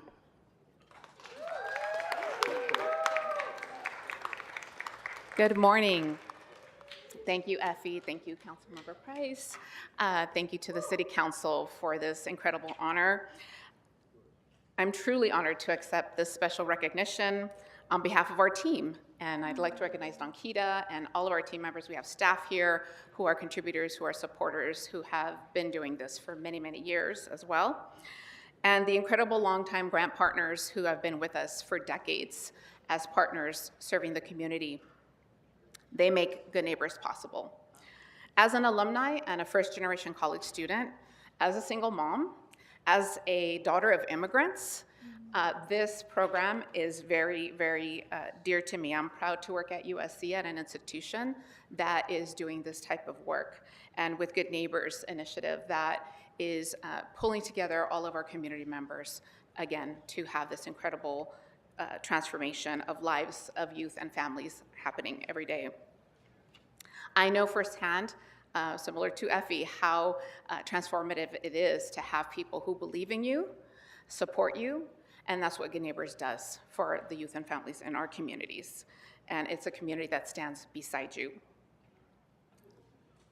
I've worked alongside hundreds of community organizations, university partners who I truly admire. I'd like them to stand here. Some of you are standing. Stand, Susan.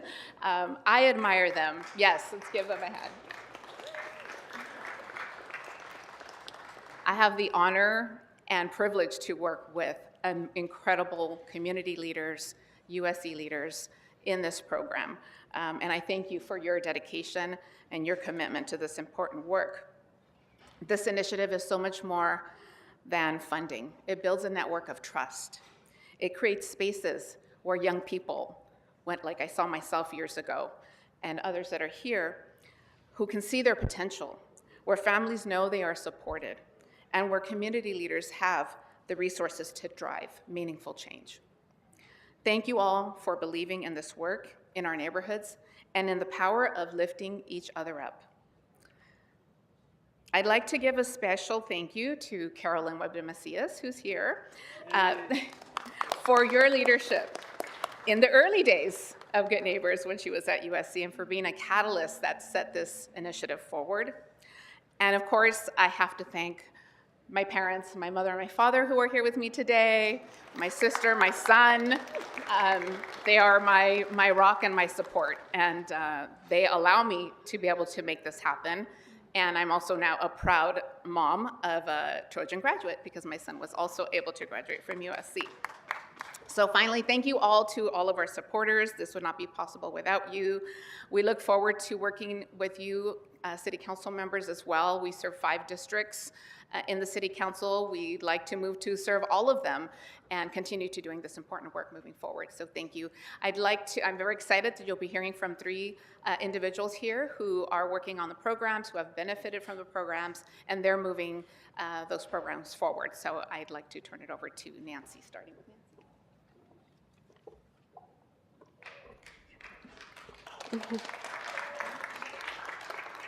Thank you. Good morning. My name is Nancy Perez, and I am really happy to be here today. Thank you to everyone, the USC and the City Council for contributing to these programs. I'd like to share how this has had an influence on my life. I'm an instructor of the arts program over at the Amundsen Senior Center, and I'm also a soccer coach for 3 teams over at Expo Center. I grew up in the Expo Park neighborhood and attended Fauché Middle School and high school. I'm a first-generation Latina, graduated magna cum laude from Cal State LA, where I earned my bachelor's of science in criminal justice. I fell in love with art because my father, Osvaldo Perez, and my uncle are painters who specialize in commercial signs, they're from Guatemala, and they had to learn to do this to put food on their table. As I was growing up, I never really saw myself doing art until I did join LA Commons and was able to put those bits of pieces up to use and further develop those skills. I'm an alumnus of LA Commons, USC Good Neighbors, Youth Arts team at Expo Center. In our project, we work with a professional artist, Alfonso Aceves, to collect stories from community and translate these into designs for mini murals that were installed in front of the Manual Arts High School Wellness Center. With eye-catching art where community members could find out about the clinic and feel welcome inside. We also painted a pathway from high school students to find their way to the clinic. Walking by this art on a daily basis reminds me of who I was and who I am now. All these experiences brought me to where I am now, and giving back to the community has been and continues to be good to me. On behalf of LA Commons, we want to truly thank UNC Good Neighbors and all the incredible USC employees who contributed to this fund to serve the community. Through the years, with Good Neighbors, LA Commons has been able to reach hundreds of community members through our historic gathering, engage in over 100 of youth artists, and employ over a dozen of local professional artists to create public art that shares community using our art and contribute to community well-being. Congratulations and thank you, USC Good Neighbors. We wish you many more years ahead. Thank you. We've got 2 other speakers, but before, I mentioned that this program extends certainly beyond CD9.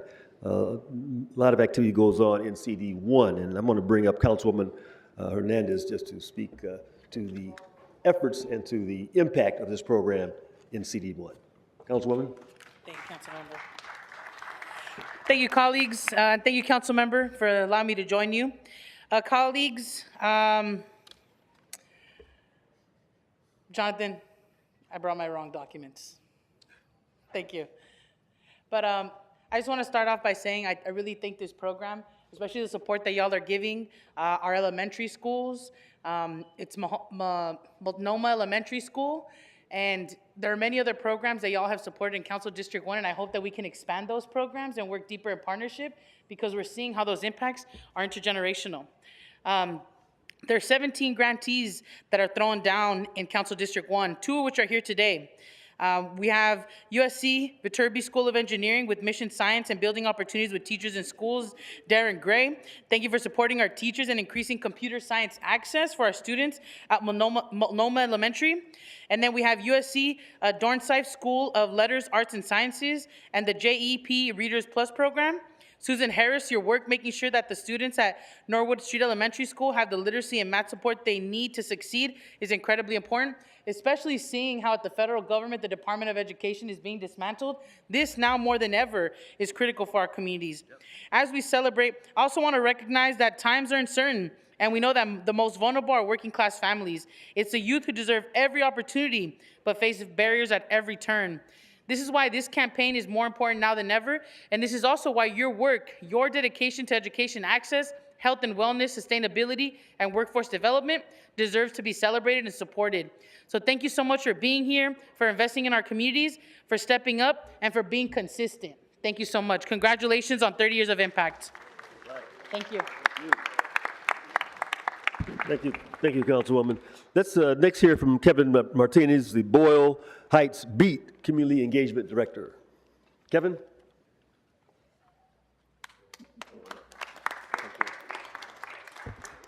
Hi, good morning. I'm Kevin Martinez, Community Engagement Director with Boyle Heights Beat.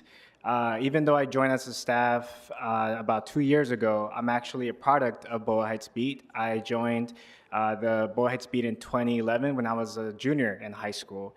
And so because of Boyle Heights Beat, I was able to learn not just how to write a story, not just how to interview people in the community, transcribe, do all that fun stuff, but it actually propelled me to pursue college and beyond. I ended up getting a bachelor's in sociology, I ended up pursuing a master's in education, and I heavily invested my time in research, all because Boyle Heights Beat inspired me as a young kid from South Central LA, who then made his way to Boyle Heights through the Magnet Roosevelt program. And it's been a full circle journey for me to now come back as a staff member. And we're really excited to be a part of this larger LA Local News initiative where we're going to be using Boyle Heights Beat model and expanding it to other parts of LA County. So very excited to be a part of this work, very excited to be a product of Boyle Heights Beat. And also this was all possible because of the Good Neighbors grant that we've been receiving. So thank you so much. All right, thank you. We mentioned that this program extends throughout the city. Certainly, activities take place in District 10 that are very important. And Councilwoman Heather Hutt is here to speak to that. Councilwoman? Thank you, Mr. Chair. Thank you, Councilmember Price, for bringing in a community partner. USC is in South LA, and they don't forget it. They don't lock their doors so that people in the community can't come in. You are an institution that brings in our neighbors, and we just heard testimony from kids in the neighborhood. I think that goes to show you named it right? The Good Neighbor campaign. It's a real testament to the commitment and the millions of dollars annually that you invest in our most pressing challenges. I can remember a critical time, which was during COVID-19, and the campaign's impact was profound. I actually talked to Steve Wesson at the time and worked for Senator Harris, and USC was trying to figure out where can we go to provide food for people? Who can we partner with? And it was real granular that you wanted to be in the neighborhood. You provided food vouchers, delivered critical medical assistance, and empowered teachers with resources to navigate virtual learning. I don't know if y'all remember that because it was 5 years ago, but I certainly do. You ensured that our youth that were especially vulnerable during that tumultuous period had tools to persevere and to thrive. Your dedication extends beyond crisis response. The campaign's ongoing support for performing arts and sciences provides invaluable extracurricular activities, shaping the future of countless young Angelenos. These initiatives empower them to explore their potential and develop skills that will serve them for a lifetime, and we just heard about that. As we strive to build a more equitable Los Angeles, I want to express my deepest gratitude to the Good Neighbor campaign and the entire USC community. Your unwavering dedication to empowering our children and families is a beacon of hope, and your work inspires us all to dream bigger, and that inspiration is vital in shaping our leaders of tomorrow. Thank you. Another anchor organization in the community is the 24th Street Theater. And so let's bring up Jay McAdams, Executive Director. Jay? How are you?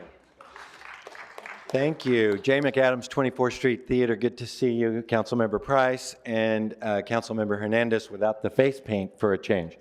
CD1 generously sponsors 24th Street's Dia de los Muertos celebration every year for thousands of University Park residents, along with President Harris Dawson's CD8. So 24th Street Theater moved into USC's neighborhood at the end of the last century, believe it or not. And Carolyn Webb de Macias was there, and Stephen Sample was there. And they took our hand right away. In fact, we're there because the late Bob Scales, the Dean of Theater, wanted a professional theater in the neighborhood. So we really owe our whole existence to USC. And right away, what is now the Good Neighbors campaign stepped up and funded some lighting instruments so that we weren't sitting there in the dark. And since then, it's been nearly 30 years. They have been not just good neighbors, excellent neighbors, muy good neighbors. They have helped us give $1,500 scholarships to thousands of inner city kids now who are now parents of kids their own.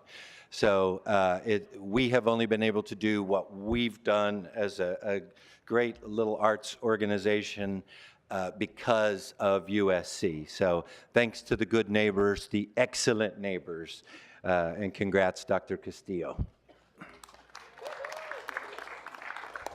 Again, we just appreciate the unique contributions that Good Neighbor program has made over the years to the community.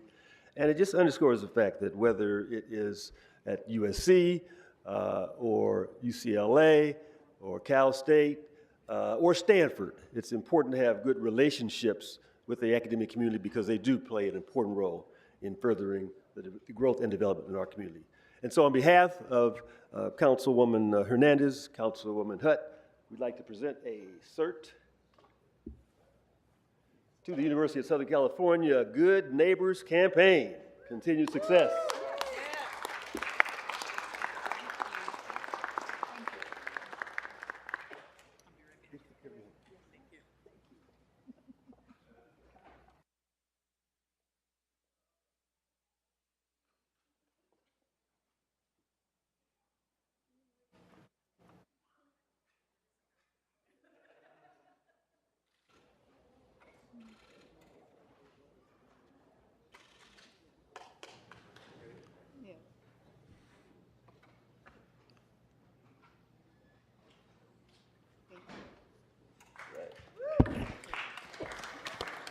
All right. Well, thank you. Thank you, Council Members Price and Hernandez. Thank you, USC, for being a great university and a great neighbors. Fight on. That concludes our presentations for today. Thank you so much. And let's see. What's that? Yeah, what's next before us? Mr. President, the council may proceed to public comment. Okay, if you could read the instructions in for public comment. To people providing public comment, when it is your turn to speak at the podium, please state which of the agenda items you'd like to speak to. You will have 1 minute per item. Actually, you'll only have 1 minute today for the item that's available for public comment. Members of the public may also speak for up to 1 minute for general public comment. During general public comment, members of the public may speak to any of the items or anything else within the city's subject matter jurisdiction. We will tell you when your time is up. When speaking on the agenda item, you must be on topic. Our goal is to get through as many speakers as we can. If you are not on topic or we cannot tell whether you're on topic, you will get one brief warning from me or the president. At that point, you need to get immediately and clearly on topic. If you do not do so, or you again stray off topic, you will forfeit the rest of your speaking time, and we will move on to the next speaker. The item open for public comment today is item number 7. And finally, if I can get the translator to translate this. To speakers requiring Spanish translation, we ask that you pause after every few sentences so that the translator can translate your speech. We will hold your time, and you will receive the same amount of time as the other speakers. Para las personas hablando español, quienes quieren traducción, por favor háganse cargo de pausar después de cada frase para darle al intérprete la oportunidad de traducir. No se preocupen, les pausaremos el resto de su tiempo, entonces recibirán la misma cantidad de tiempo que las otras personas. Gracias. Okay, if we could call the names.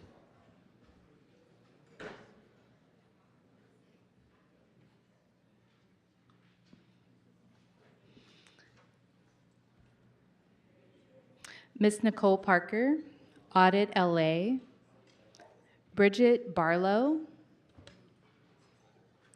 Seba, Camille Samuels.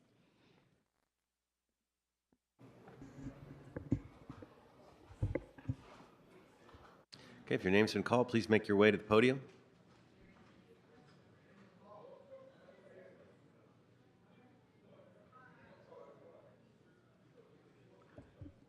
Maybe read a few more names. Richard Serrano, Emma Silber, Guadalupe Rivas, Jordan Hunter, Josh Hockey, Lupita Rivas. I believe I just said that. Speaker, which items would you like to speak to? Well, there's only one item, so go ahead. Item 1 or general public comment? Okay, go ahead. Good morning. My name is Camille. I am a PhD researcher and environmental justice fellow with Black Women for Wellness here with Stand LA today. We are speaking in response to the acid maintenance ordinance being struck down, and I just want to emphasize the issue of oil operators taking advantage of the lack of regulations and protections around acid maintenance, highlighting the need for LA City Council to expeditiously rescind the old phase-out ordinance and pass a new ordinance, and put the health and well-being of marginalized Angelenos first. The oil phase-out ordinance, which was overturned in September of 2024, is critical in protecting public health and uplifting environmental justice for frontline communities. Our communities cannot wait any longer for the health and safety to be prioritized over toxic acid maintenance operations, and we urge Councilmember Nazarian to agendize the acid maintenance motion at the next Energy and Environment Committee hearing. And we call on City Council to rescind the old oil phase-out ordinance and pass a new ordinance as soon as possible. Thank you. Thank you very much. Next speaker. Hello. Okay. Okay, would you like to speak to the item, general comment, or both? Both. It's just, 1 minute, because it's only one item? Correct. Go ahead.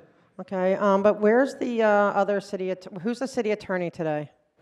Speaker, your time is running. You should speak to the item, or we can move on to I general know my public time's comment. running, but I want to know, because he owes me an apology. Mr. Grote owes me an apology. And if he's not, y'all owe us an apology for a lot of different reasons. But number 7, okay, is like there's a state of emergency. Yes, there's many states of emergency in this city. The fact that we're bankrupt, the fact that you allow the Church of I don't even want to call it church, the Scientology to run and control you, that they have so much influence over you, that's an emergency. The fact that there's no budget and like they're going to have to cut the city and whatever we're going to have to do is an emergency. The fact that free speech is under attack is an emergency. The fact that the wildfires, that you guys mismanaged everything from start to finish to apply ad infinitum is an emergency. You have 1 minute for general public comment. Thank you. For general public comment, again, Mr. Grote, wherever you are, you owe me an apology. You called me off topic because you did not do your homework. You did not know your agenda. I was not off topic and you threw me off, and that's not right. I should have been able to do my entire thing over again because you were in the wrong, and you have to hold yourself accountable. Mr. McCosker would not have done that, because he gets it. And Mr. Nazarian gets it, because, I appreciate him too, even though he's not listening right now, Mr. Nazarian, come on. But I have to give him props because I asked him to do 2 things in our community, and those 2 things are done. So thank you. And where's everyone else? Who else is not listening? Who else do I call out for not paying attention? And shout out to Smoke and Scan, because you know what? Smoke and Scan would appreciate you guys paying attention. Bob, I see you up there. Can you at least look like you're paying attention? Can you pretend? Can you wave hi just to acknowledge that I exist? Hi, thank you, Bob. Hi to you too. Thank you. Okay, next speaker.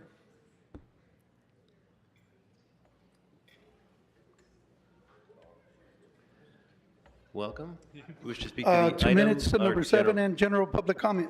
Go ahead, sir. When I ran for office in 2022, I told Bloomingfield about this budget, that it was coming full circle. He shrugged his shoulders and said, "What do you know?" Again, I was here in 2008 when we had the same financial problem, and I saw the numbers coming this way. I said, "Get your priorities straight." I don't get how you guys don't listen to the public. You guys want to make reform on the way we speak?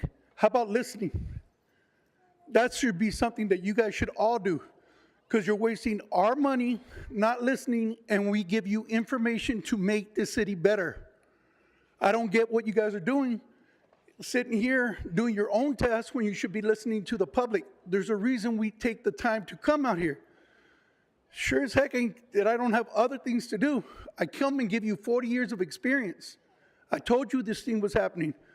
You guys wonder who Smoke and Scan is? Well, at least he listens to everyone's comments. We might not agree on everything, But Okay, again, Speaker, we that go- was your general public comment. Yes, that's You can general speak to public item comment. 7, but just Okay. for a moment, I'd like to ask all the speakers, if you're speaking to item number 7, that you start with that item and then move on to general public comment. General public comment again. No, sorry, you can speak to item number 7 now. You have an emergency budget committee. What are you on your reform for? I don't get what you guys are doing. The mayor's about to declare layoffs and furloughs. Well, she said that that wasn't going to happen. You guys are going to start cutting numbers down. But yet we're building a park at MacArthur Park. We're going to use the money over there. Everyone here, the fire department needs that money. You know they do. You guys don't got your priorities straight. You still need the workers. Get the priority to the people. Get the work done. Get the employees back. If you're going to furlough them, do it 980.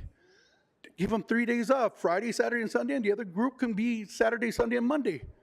If you're going to take 8 hours away, that's what we were trying to do 721 last go around in 2009. If you have to furlough, I hope you don't. But it looks inevitable now. You guys don't listen. Enough.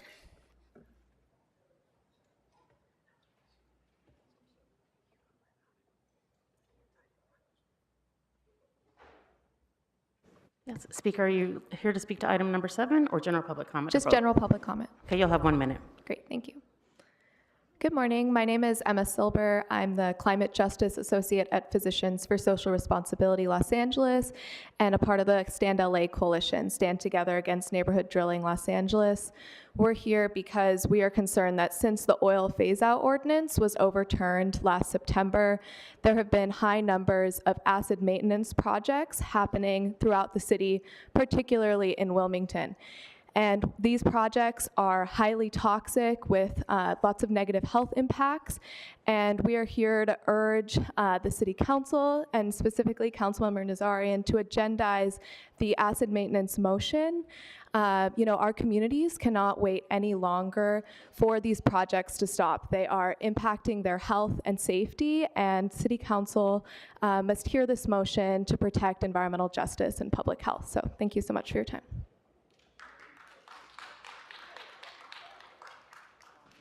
Before the next speaker begins, I will call a few more names. Richard Parks, Zoe Cunlife, Wendy Miranda, Aretha Wormsley, Stacy Segarra Bollinger. Speaker, would you like to speak to item number 7, general public comment, or both? General comment. You'll have 1 minute. Hi, I'm Jordan, a CBE/youth EJ intern and a student in Wilmington, California. I live in a Superfund site in Carson, California, so I know how long a cleanup process could be and the toll it could take on families when industries are let off the hook.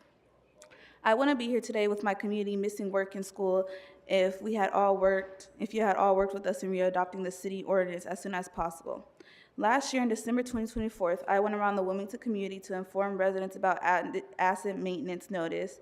During those visits, I heard from residents about the orders they experience and the fear of their health that they deal with living next to Warren EMP. Most neighbors lacked information or had no notice regarding the use of high volumes of xylene and hydrofluoric acid in their community. I urge the City Council to work with us in readopting a phase-out ordinance and calling CM Nazarene to prioritize frontline residents' public health and agendize the acid motion on the E&E committee. Thank you.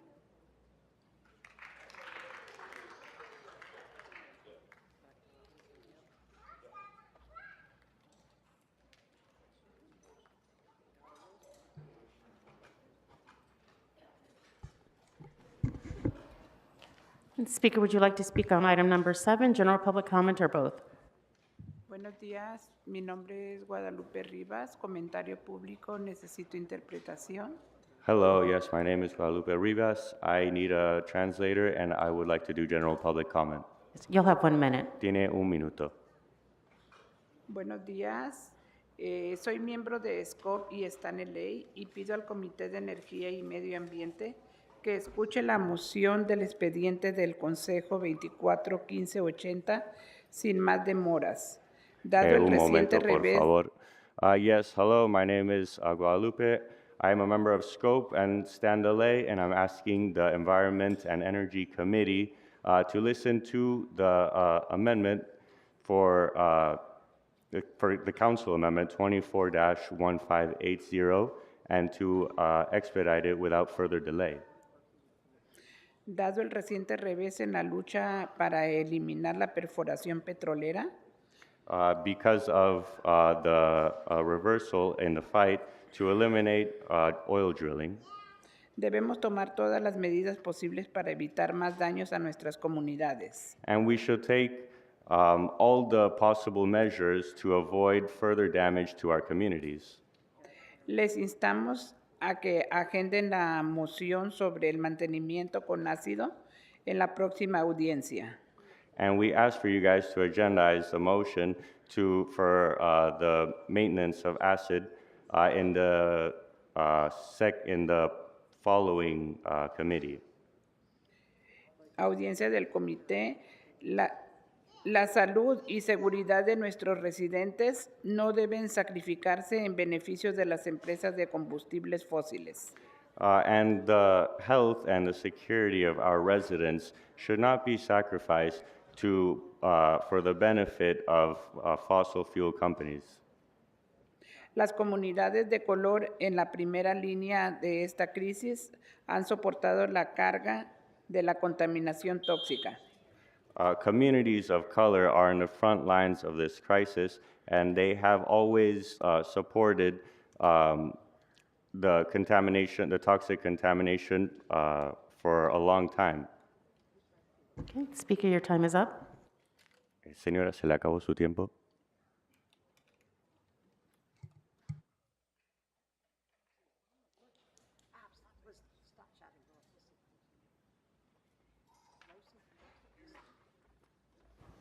Speaker, would you like to speak to item number 7, general public comment, or both? I'm speaking on item number 7 and general public comment. You'll have 1 minute for each. Okay, item 7 is yet another state of emergency declaration by incompetent, corrupt Marquise Dawson, Bob Genocide Bloomfield, and incompetent Mayor Bass, along with the $1 billion budget state of emergency, the homelessness state of emergency. This fire state of emergency is just another emergency brought on by the incompetence and corruption of the sleazy council and corrupt system. In my opinion, this number 7 wildfire emergency and the others are simply a symptom of the fact that the LA Sleazy Council, being the most incompetent, corrupt local government in the history of the U.S., is the actual cause of the ongoing state of affairs of emergencies. Remember, these incompetent clowns gave a $1 billion increase to LAPD and cut the fire department budget last year. The agenda has no items to comment on because these clowns sitting here are doing nothing but collecting their huge checks every month. By the numbers, okay, item general public comment. By the numbers, the LA Council is the most corrupt council in the history of the U.S.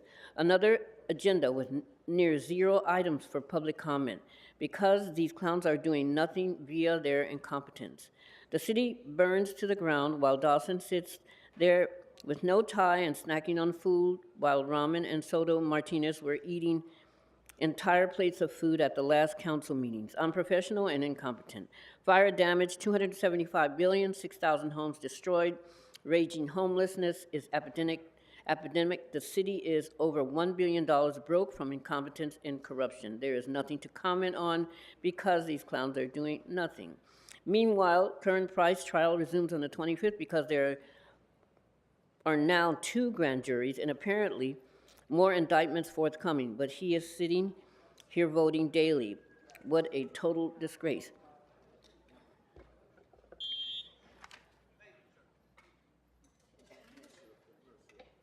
Morning, sir. Speaker, would you like to speak to item number 7 or general public comment, or both? 7 and public comment. Point of order, Mr. President, Mr. Bloomfield. On You'll Wednesday, have 1 item. Mr. Dawson referred to himself as Speaker? chairperson. Point Speaker, of please order. start with item number 7. President or the chairperson? Point of Speaker, order. you need to speak to item 7, or we'll move you to general public comment. How do I address the person in charge of this meeting? President? Speaker, you can or- speak on item number 7 now, or we can move you to general public comment. Thank you. Maybe somebody will explain it to me one day.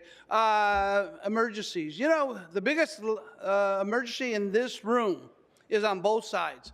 and that's integrity. It's gotten to the point after 36 years, I'm sometimes sickened by this side and I'm sickened by this side. These guys are my friends. Speaker, I'll you have need to lunch tie with them. this to the This is an emergency, or we can emergency, go to general ma'am. public comment. Ma'am, Let's move into financial, general public whatever the comment. emergency is, the thing that is lacking is integrity in how we handle the budget, how we handle ourselves in here. If you don't find that important, ma'am, I don't know what else to say.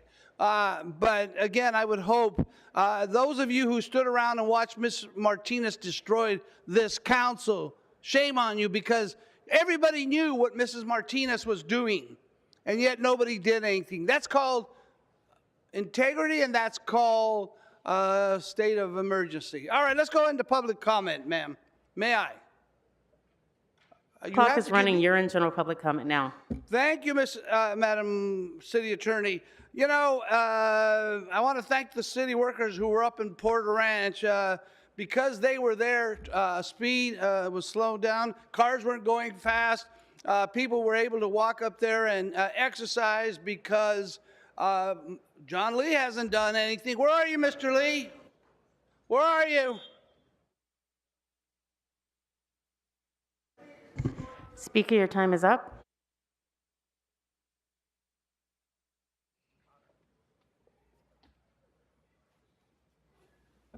Speaker, would you like to speak to item number 7, general public comment, or both?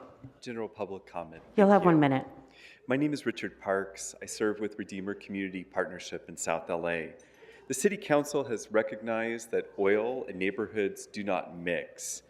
One of the acid maintenance is one of the reasons why.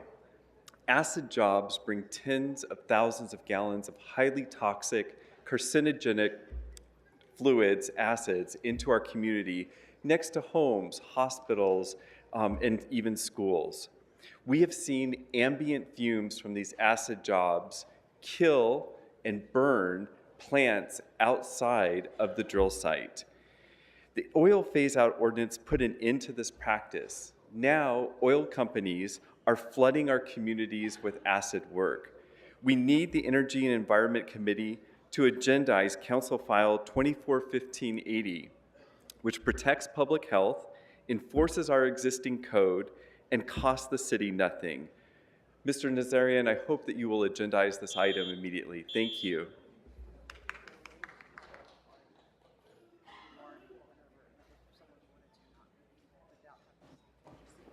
Good morning. Speaker, would you like to speak to item number 7, general public comment, or both? General public comment. You'll have 1 minute. Great, thank you. My name is Dr. Zoe Cunliffe, and I'm here as a representative of Black Women for Wellness and Stand LA. At Black Women for Wellness, we work to uphold the health and reproductive rights of Black women in South LA, and on behalf of these women, I want to emphasize the unacceptable toxicity to health associated with ongoing acid maintenance. These operations involve the poorly monitored use of chemicals that are linked to harmful health impacts, including reproductive harms like birth defects and endocrine disruption. This acidizing work, along with the ongoing existence of active oil drilling, disproportionately affects communities of color and is a serious public health crisis. Prioritizing toxic operations at oil sites over the health and safety of our communities perpetuates environmental racism and fuels the environmental conditions that made the wildfires earlier this year possible. I urge City Council to rescind the old phase-out ordinance to pass a new one, and as a constituent of CD2, I personally urge Councilmember Nazarian to agendize the acid maintenance motion. Thank you.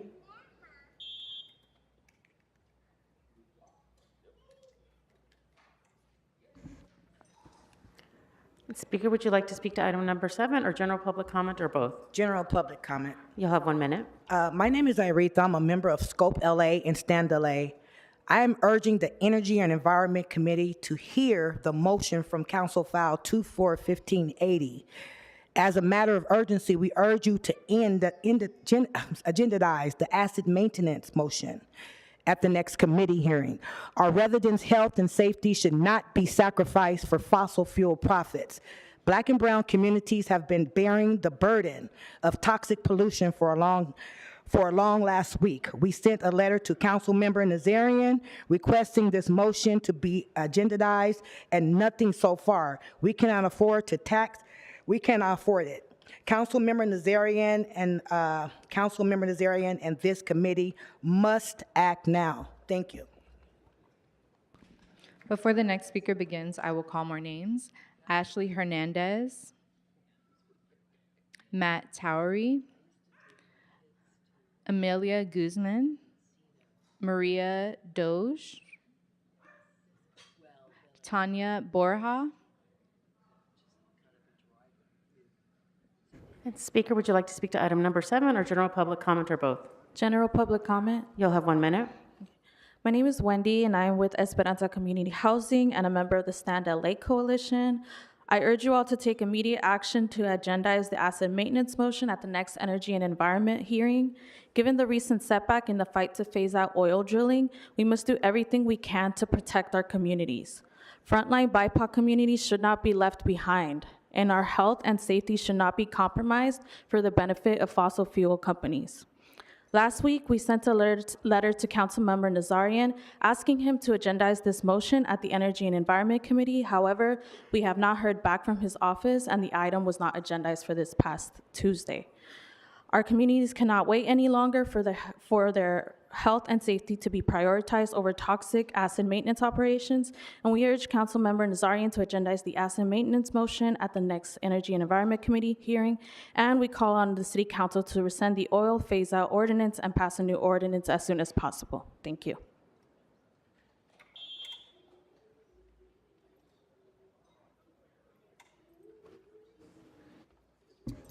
Public comment. Thank you, Counselor. You'll have 1 minute.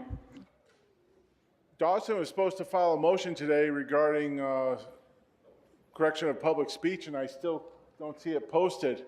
Also, I requested an accommodation for it to be done in Braille, and I can't get anybody from any office to say how they're going to accommodate me. Chances are they're going to say go to the city clerk's office, but they don't have a copy of it because it hasn't been posted yet. So I'd like to know how I'm going to be accommodated, or do I just stand here saying, oh, well? Who do I speak to get a copy of the motion right now? I'll be on the side there if someone could just come or just tell me when I could get a copy or what the logistics is. That's all I ask for. I know even though I'm a white Republican, conservative Republican, Trump supporter, please don't discriminate against me like that. I really appreciate it. Thank you.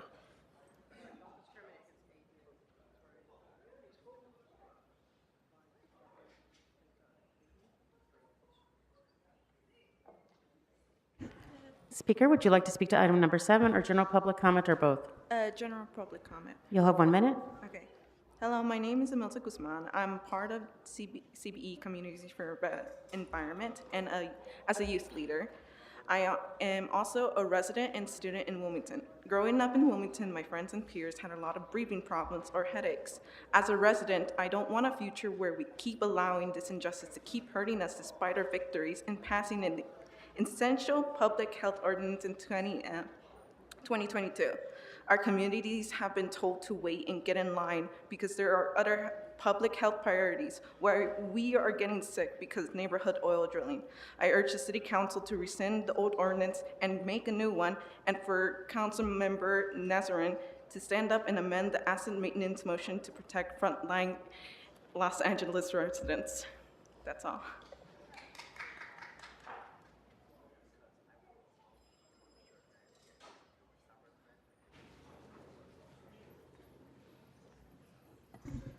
Speaker, you have 1 minute for the item and 1 minute for general public comment. We can start your time now. Heil the King Trump. The emergency and further prevention that cause the harm to life, health, property is a result of this Friday's motion to seek and reign against the word of God, Donald Trump.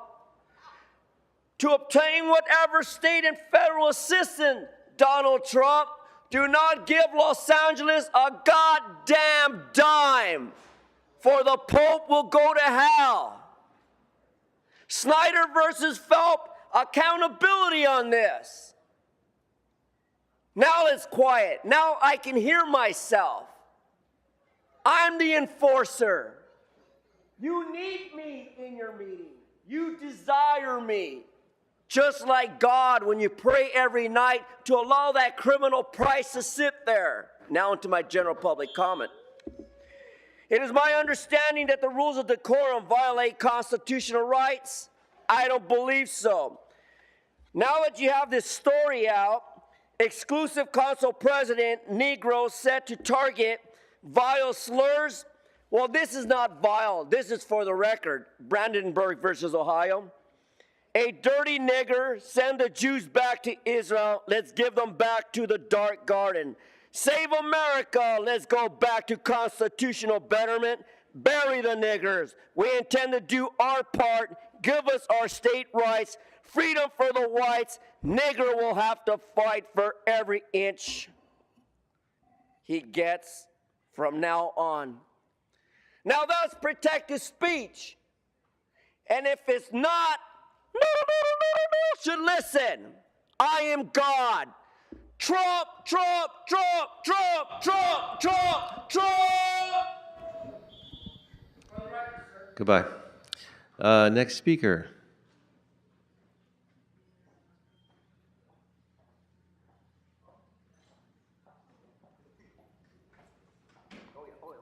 I'm sorry. Yes, sir. Excuse me, Bob. Thank you. Speaker, would you like to speak to item number 7 or general public comment or both? General public comment. You'll have 1 minute. Yeah, so my name is Ashley Hernandez. I am a Wilmington resident. I'm also an organizer with Communities for a Better Environment, and I'm a partner with Stand LA. Our city has been in a public health crisis, air quality-wise, for years. We've been talking about this for years in the city council. So it's really great that we're hearing so many council members bring up the fact that our city is in crisis. But communities like mine in Wilmington have been subjected to live with terrible air quality. Even on top of these LA fires, have been subjected to dealing with neighborhood council. I appreciate the LA City Council working with us and passing an ordinance back in 2022, but a judge overturning it in 2024 is the reason why we're here. It is not because we had time out of our day. It is because people in our city are sick and dying and have been sick and dying for many years because of our terrible air quality. The oil industry obviously sued our city, and we stand behind our city in fighting for our ordinance that we passed in 2022. Now that the city, we have to rescind this old lawsuit. Speaker, your time is up. It's cool. Looks like we're floating in the right order.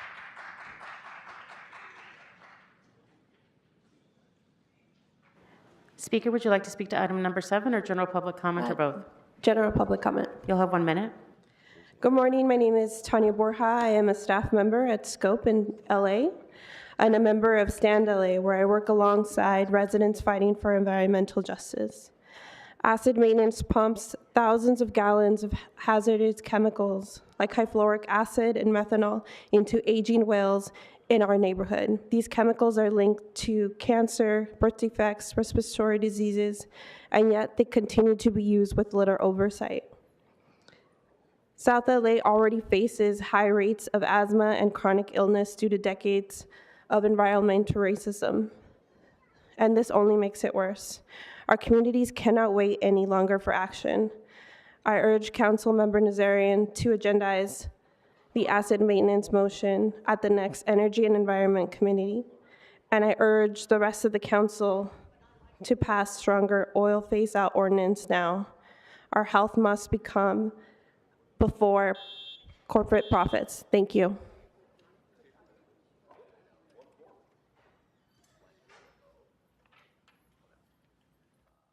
Speaker, you'll have 1 minute for item number 7 and 1 minute for general public comment. So let's see here. We got the setup today.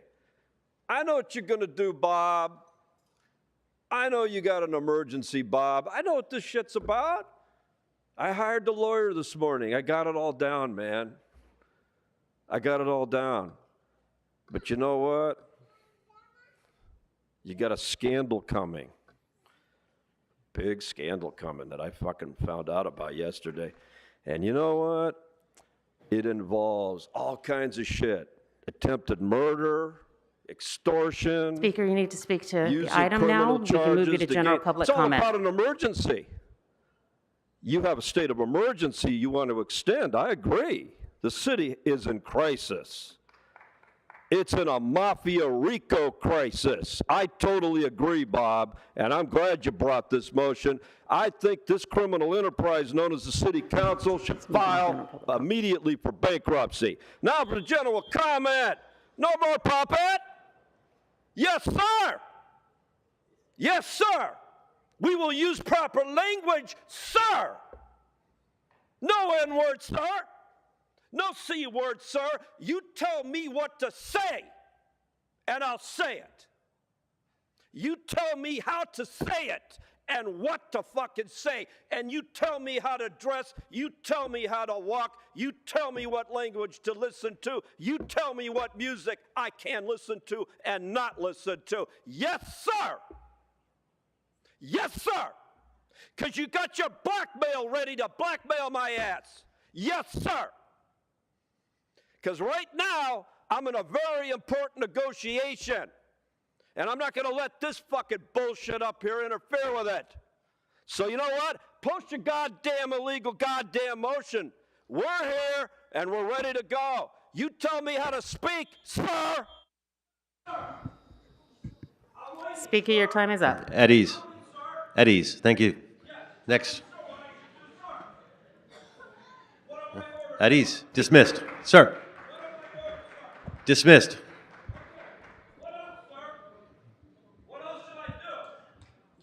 You're dismissed. Next speaker, please.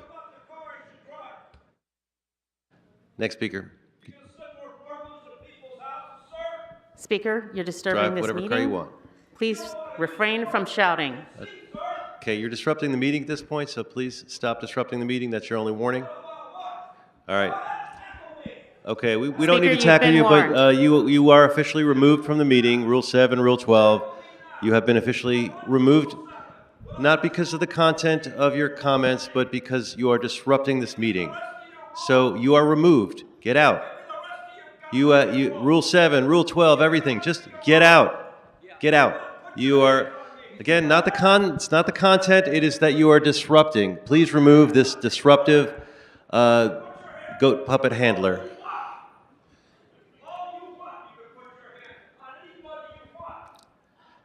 Let the record reflect that this meeting is still being disrupted by a person who is disrupting and yelling and screaming. I like what Spindler told me before the meeting that. Go ahead. Go ahead. Your time. You wish to speak on general public comment? He said the wildfires were started by lasers. He knows that I talk about directed energy. He's very funny. Let's hold on. He also said that Mr. Spindler is continuing to shout and scream at the back of the room, and he's continuing to disrupt this meeting. He also said that the Jews Speaker, one moment, started the wildfires. I take that very seriously. Speaker, please, one Ma'am, moment. could you just hold? We're still waiting for the disruption to be removed.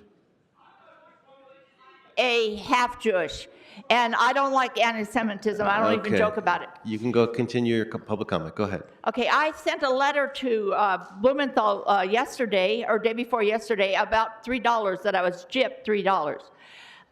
You're probably saying, what the hell are you talking about? I am a victim of police and CIA, okay? Spindler is the one, being a right-winger, he said that this council is sycophants for police. Yeah, I was trying to explain that in my letter to Blumenthal. I recently visited Internal Affairs, and they said my son's case is closed. It's not. The cold case files have been stopped, but it's, you know that the Michael Connolly said in a book recently, in LA, they closed the cold case files. It's illegal. And this is illegal too. They stopped me from having a receipt for Robert Duncan. I'll be back next week. Thank you very much. Okay, next speaker, please. And just, Mr. President, just for the moment, I just want to let members of the audience know that this body does not condone some of the speech that you hear from some of the guest speakers that we have at this meeting. They are exercising their First Amendment right to speak in front of our government, but this body does not condone the offensive language that you hear here. Speaker, would you like to speak to item number 7, general public comment, or both? General public comment. You'll have 1 minute. Yes, hi. Good afternoon. Rabia Sen with Esperanza Community Housing and with the Stand LA Coalition, along with many of my other colleagues and community members who have already spoken. We are here to urge Councilmember Nazarian to please agendize the asset maintenance motion at the next Energy and Environment Committee hearing. And we call on City Council to please rescind the old oil phase-out ordinance and pass a new ordinance as soon as possible. We understand that it takes a lot to do all of this. We hope that you also understand that as organizers, as impacted community members, we are going to keep coming and telling you about our experiences and asking that you please take action on this. You are our elected members. This is a public forum, so we are going to keep continuing that. As I've said, you've already heard from others that we really need to do everything we can to protect public health, and especially our frontline communities. We can no longer allow the fossil fuel industry to keep designating our communities as sacrifice zones. Thank you.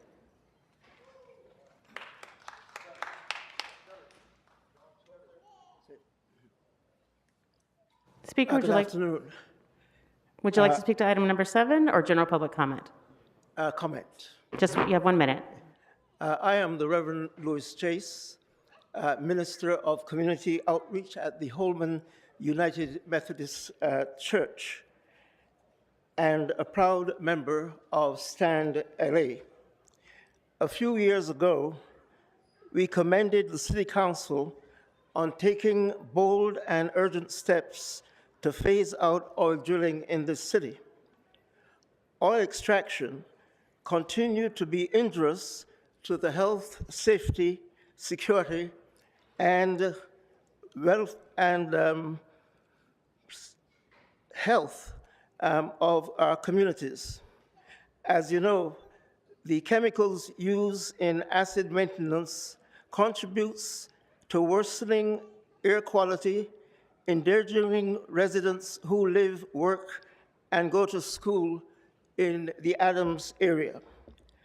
Our communities cannot wait any longer for their health and safety to be prioritized over toxic acid maintenance operations. Speaker, your time is up. We urge Councilman Nazarian to agendize the acid maintenance motion at the next Energy and Environment Committee. I'm sorry, Speaker, your time is up. We have to move on to the next speaker.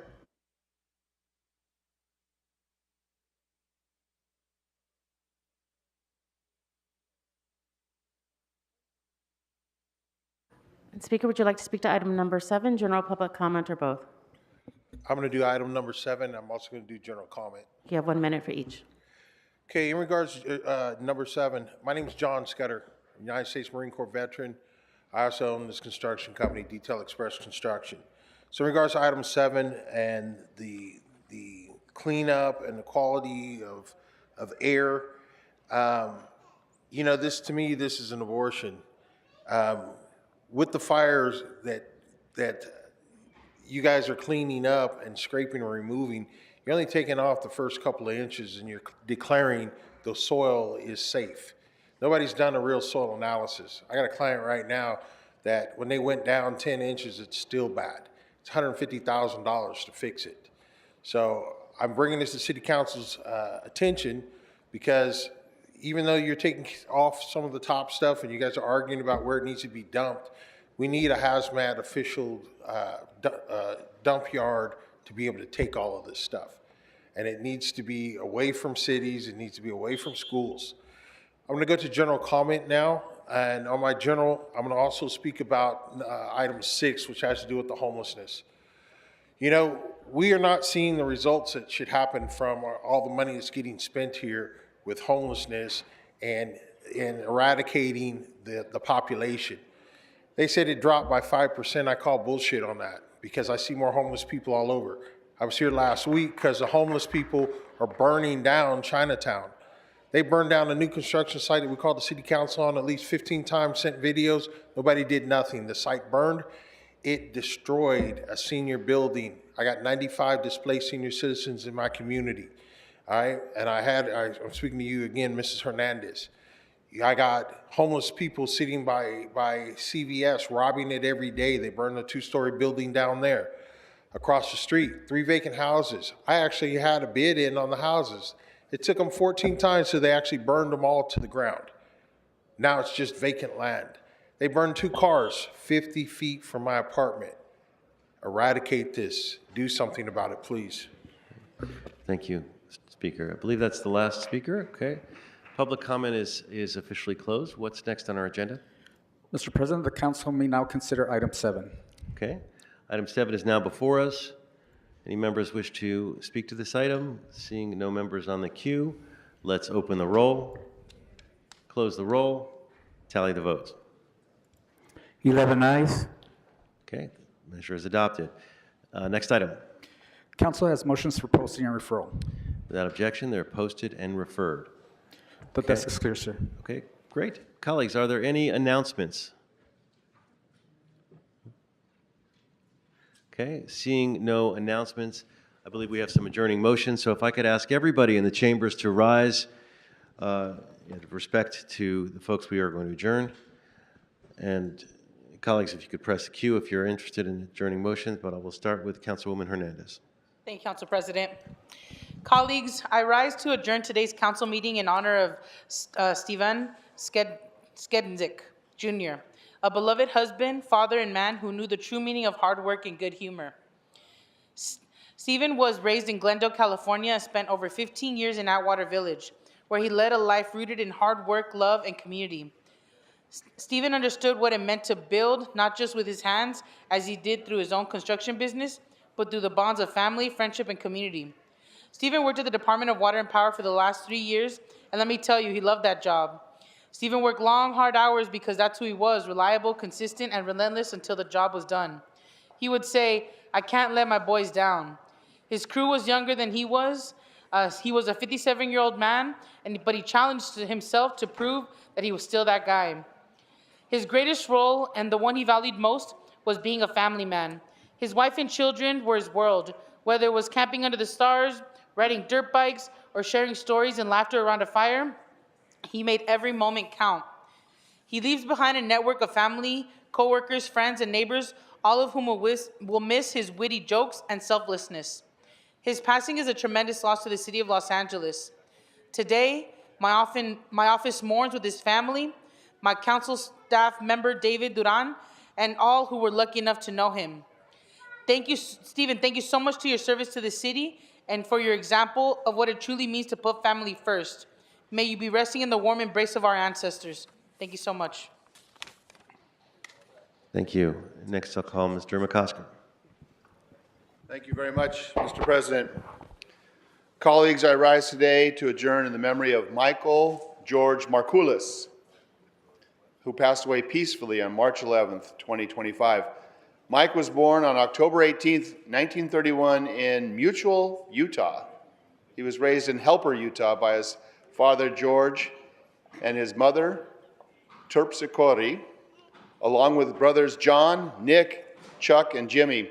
His family moved to San Pedro in 1943 so his father, George, could have a surgery to remove an eye after working in the coal mines and sustaining an injury. When his father saw the harbor of San Pedro, it reminded him of his hometown in Hania on the island of Crete in Greece.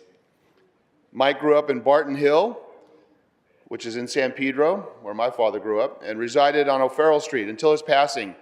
He attended Barton Hill Elementary School, Dana Middle School, and San Pedro High. While Mike was at San Pedro High School, he excelled in student government and the honors program. Mike and his brothers were also gifted athletes, so much so that the 5 Marculus brothers were inducted into the San Pedro Hall of Fame in 2016. Mike was drafted into the Army in 1951 and served in Korea.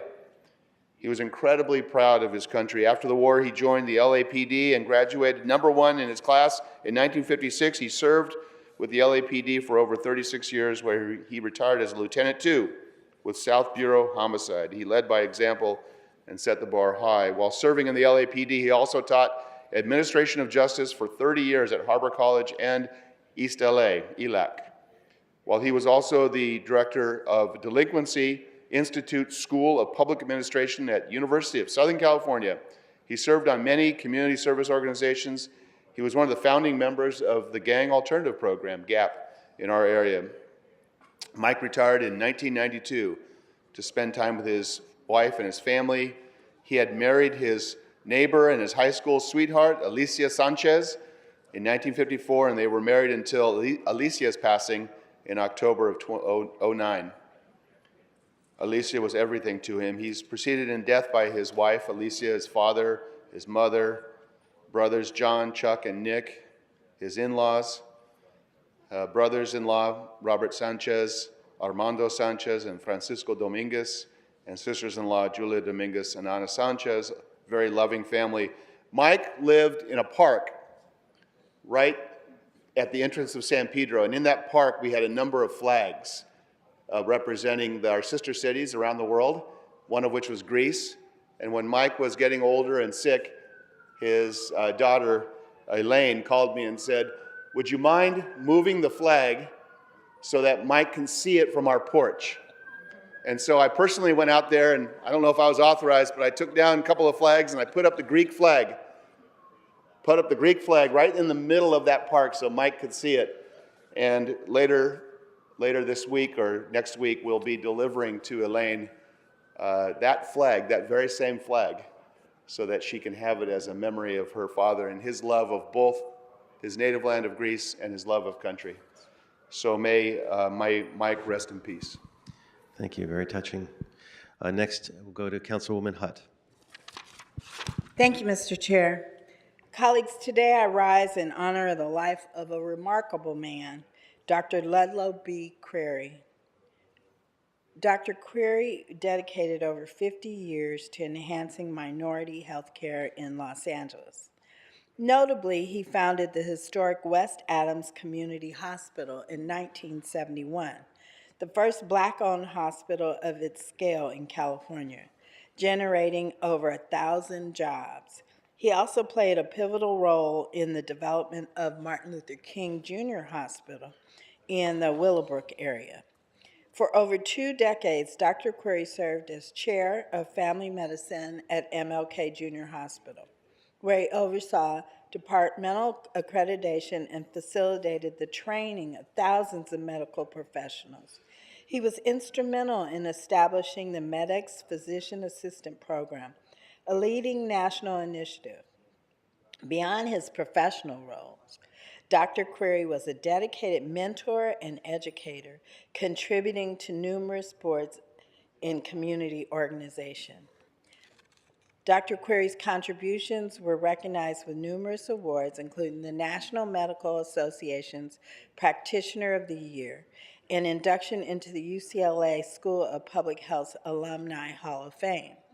He earned degrees from Long Island University, Howard University, and UCLA. He also co-founded the Doctors Ludlow and Ruth Cury Family Foundation and cherished time with his family, leaving an enduring legacy in medicine, education, and community service. Dr. Cury is survived by his beloved wife, Ruth Cury, his children, Lisa, Stephen, Ludlow II, Johnetta, Leanne, Lawrence, and Adams, as well as his bonus daughters, Bridget and Trudy. He was a profound and proud grandfather to Stephen Jr., Anthony, Otis, Gabrielle, James, Theodore, and Jackson Cury, and a loving great-grandfather to his great-granddaughter, Noelle. Dr. Ludlow Cury's extraordinary contributions to medicine, education, community service, and his church, because we're church members, have left an enduring legacy that will continue to inspire generations to come. May he rest in power. Thank you. Thank you, Councilmember Hutt. Next, I'll turn to Councilmember Harris Dawson. Oh, Mr. Price, yes. That adjournment, please. He was a powerful spirit in the community and a gentle man, and we're honored to join him. Okay, without objection, of course. And also, Councilmember Hope, with your permission, I'd like to be added as well to the adjourning motion for Dr. Cury, a true Renaissance man of our time. Thank you for the kind words, and thank you to your family for sharing with us. Members, I'd ask that we adjourn today's meeting in the memory of one Ms. Belma Clayborn, who passed away this past December. Ms. Clayborn came to us at the age of, at a very young age from Louisiana, after her older sister envisioned a better life and better educational opportunities for the family. And she has been an Angelino every day since. She attended Jefferson High School, where she was as a graduating senior, she served as editor-in-chief for the school newspaper, the Jeffersonian. Her work at the newspaper was recognized by the Jeffersonian sponsor, John C. Long, who considered her work as an example of dedication and integrity and character. She went on to El Camino College in Gardena, where she received an Associate of Arts degree. She was introduced to her husband, Mr. Solomon Clayborn, a Korean War United States Army veteran. Their romance blossomed into marriage in 1956. They had 2 children, Michelle and Myrie. Michelle, Myrie, and Ronnie. Following in the footsteps of her parents, she became a very active member and the leader of a Christian home. She was a stalwart of the Greater Tabernacle Missionary Baptist Church, where she served in several facilities as a Baptist Training Union Director, a Women's Missionary Union President, and her favorite role of a Sunday school teacher week to week. She always looked for opportunities in her neighborhood and in her community to help and serve others.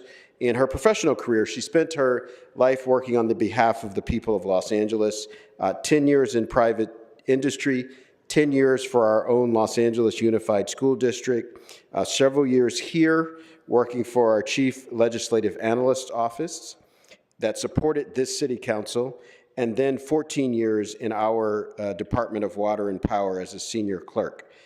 She intended to work through her retirement age, but left early to provide family care. She leaves behind a loving community, a loving church community, and family, many of whom are with us today. Her brother, Dr. Willie Simmons, and her daughter and son-in-law, Michelle and Zachary, her son and daughter-in-law, Dr. Ronnie Clayborn and Dr. B.J. Clayborn, and her grandchildren, Alexandria, David, Kalia, Noah, Winston, and his wife, Latrice, Morgan, and Gavin, great-grandchildren, Araya, excuse me if I got that wrong, Layla, and a host of nephews and nieces and families and friends, many of us who are with us this morning. We join this family and join her neighborhood and her church community on behalf of all the people in wishing her rest in the peace that she brought so many of us during her time here. Thank you. Seeing no other adjourning, Councilwoman Arado. Today, I would like us to adjourn in memory of Dr. Paula Y. Bagasao. She was a mentor to me and many other Filipino Americans, a bold trailblazer who pushed our community to see the possibilities of working in government. Paula was born in Santa Monica in 1948 to a Filipino father and an Appalachian mother.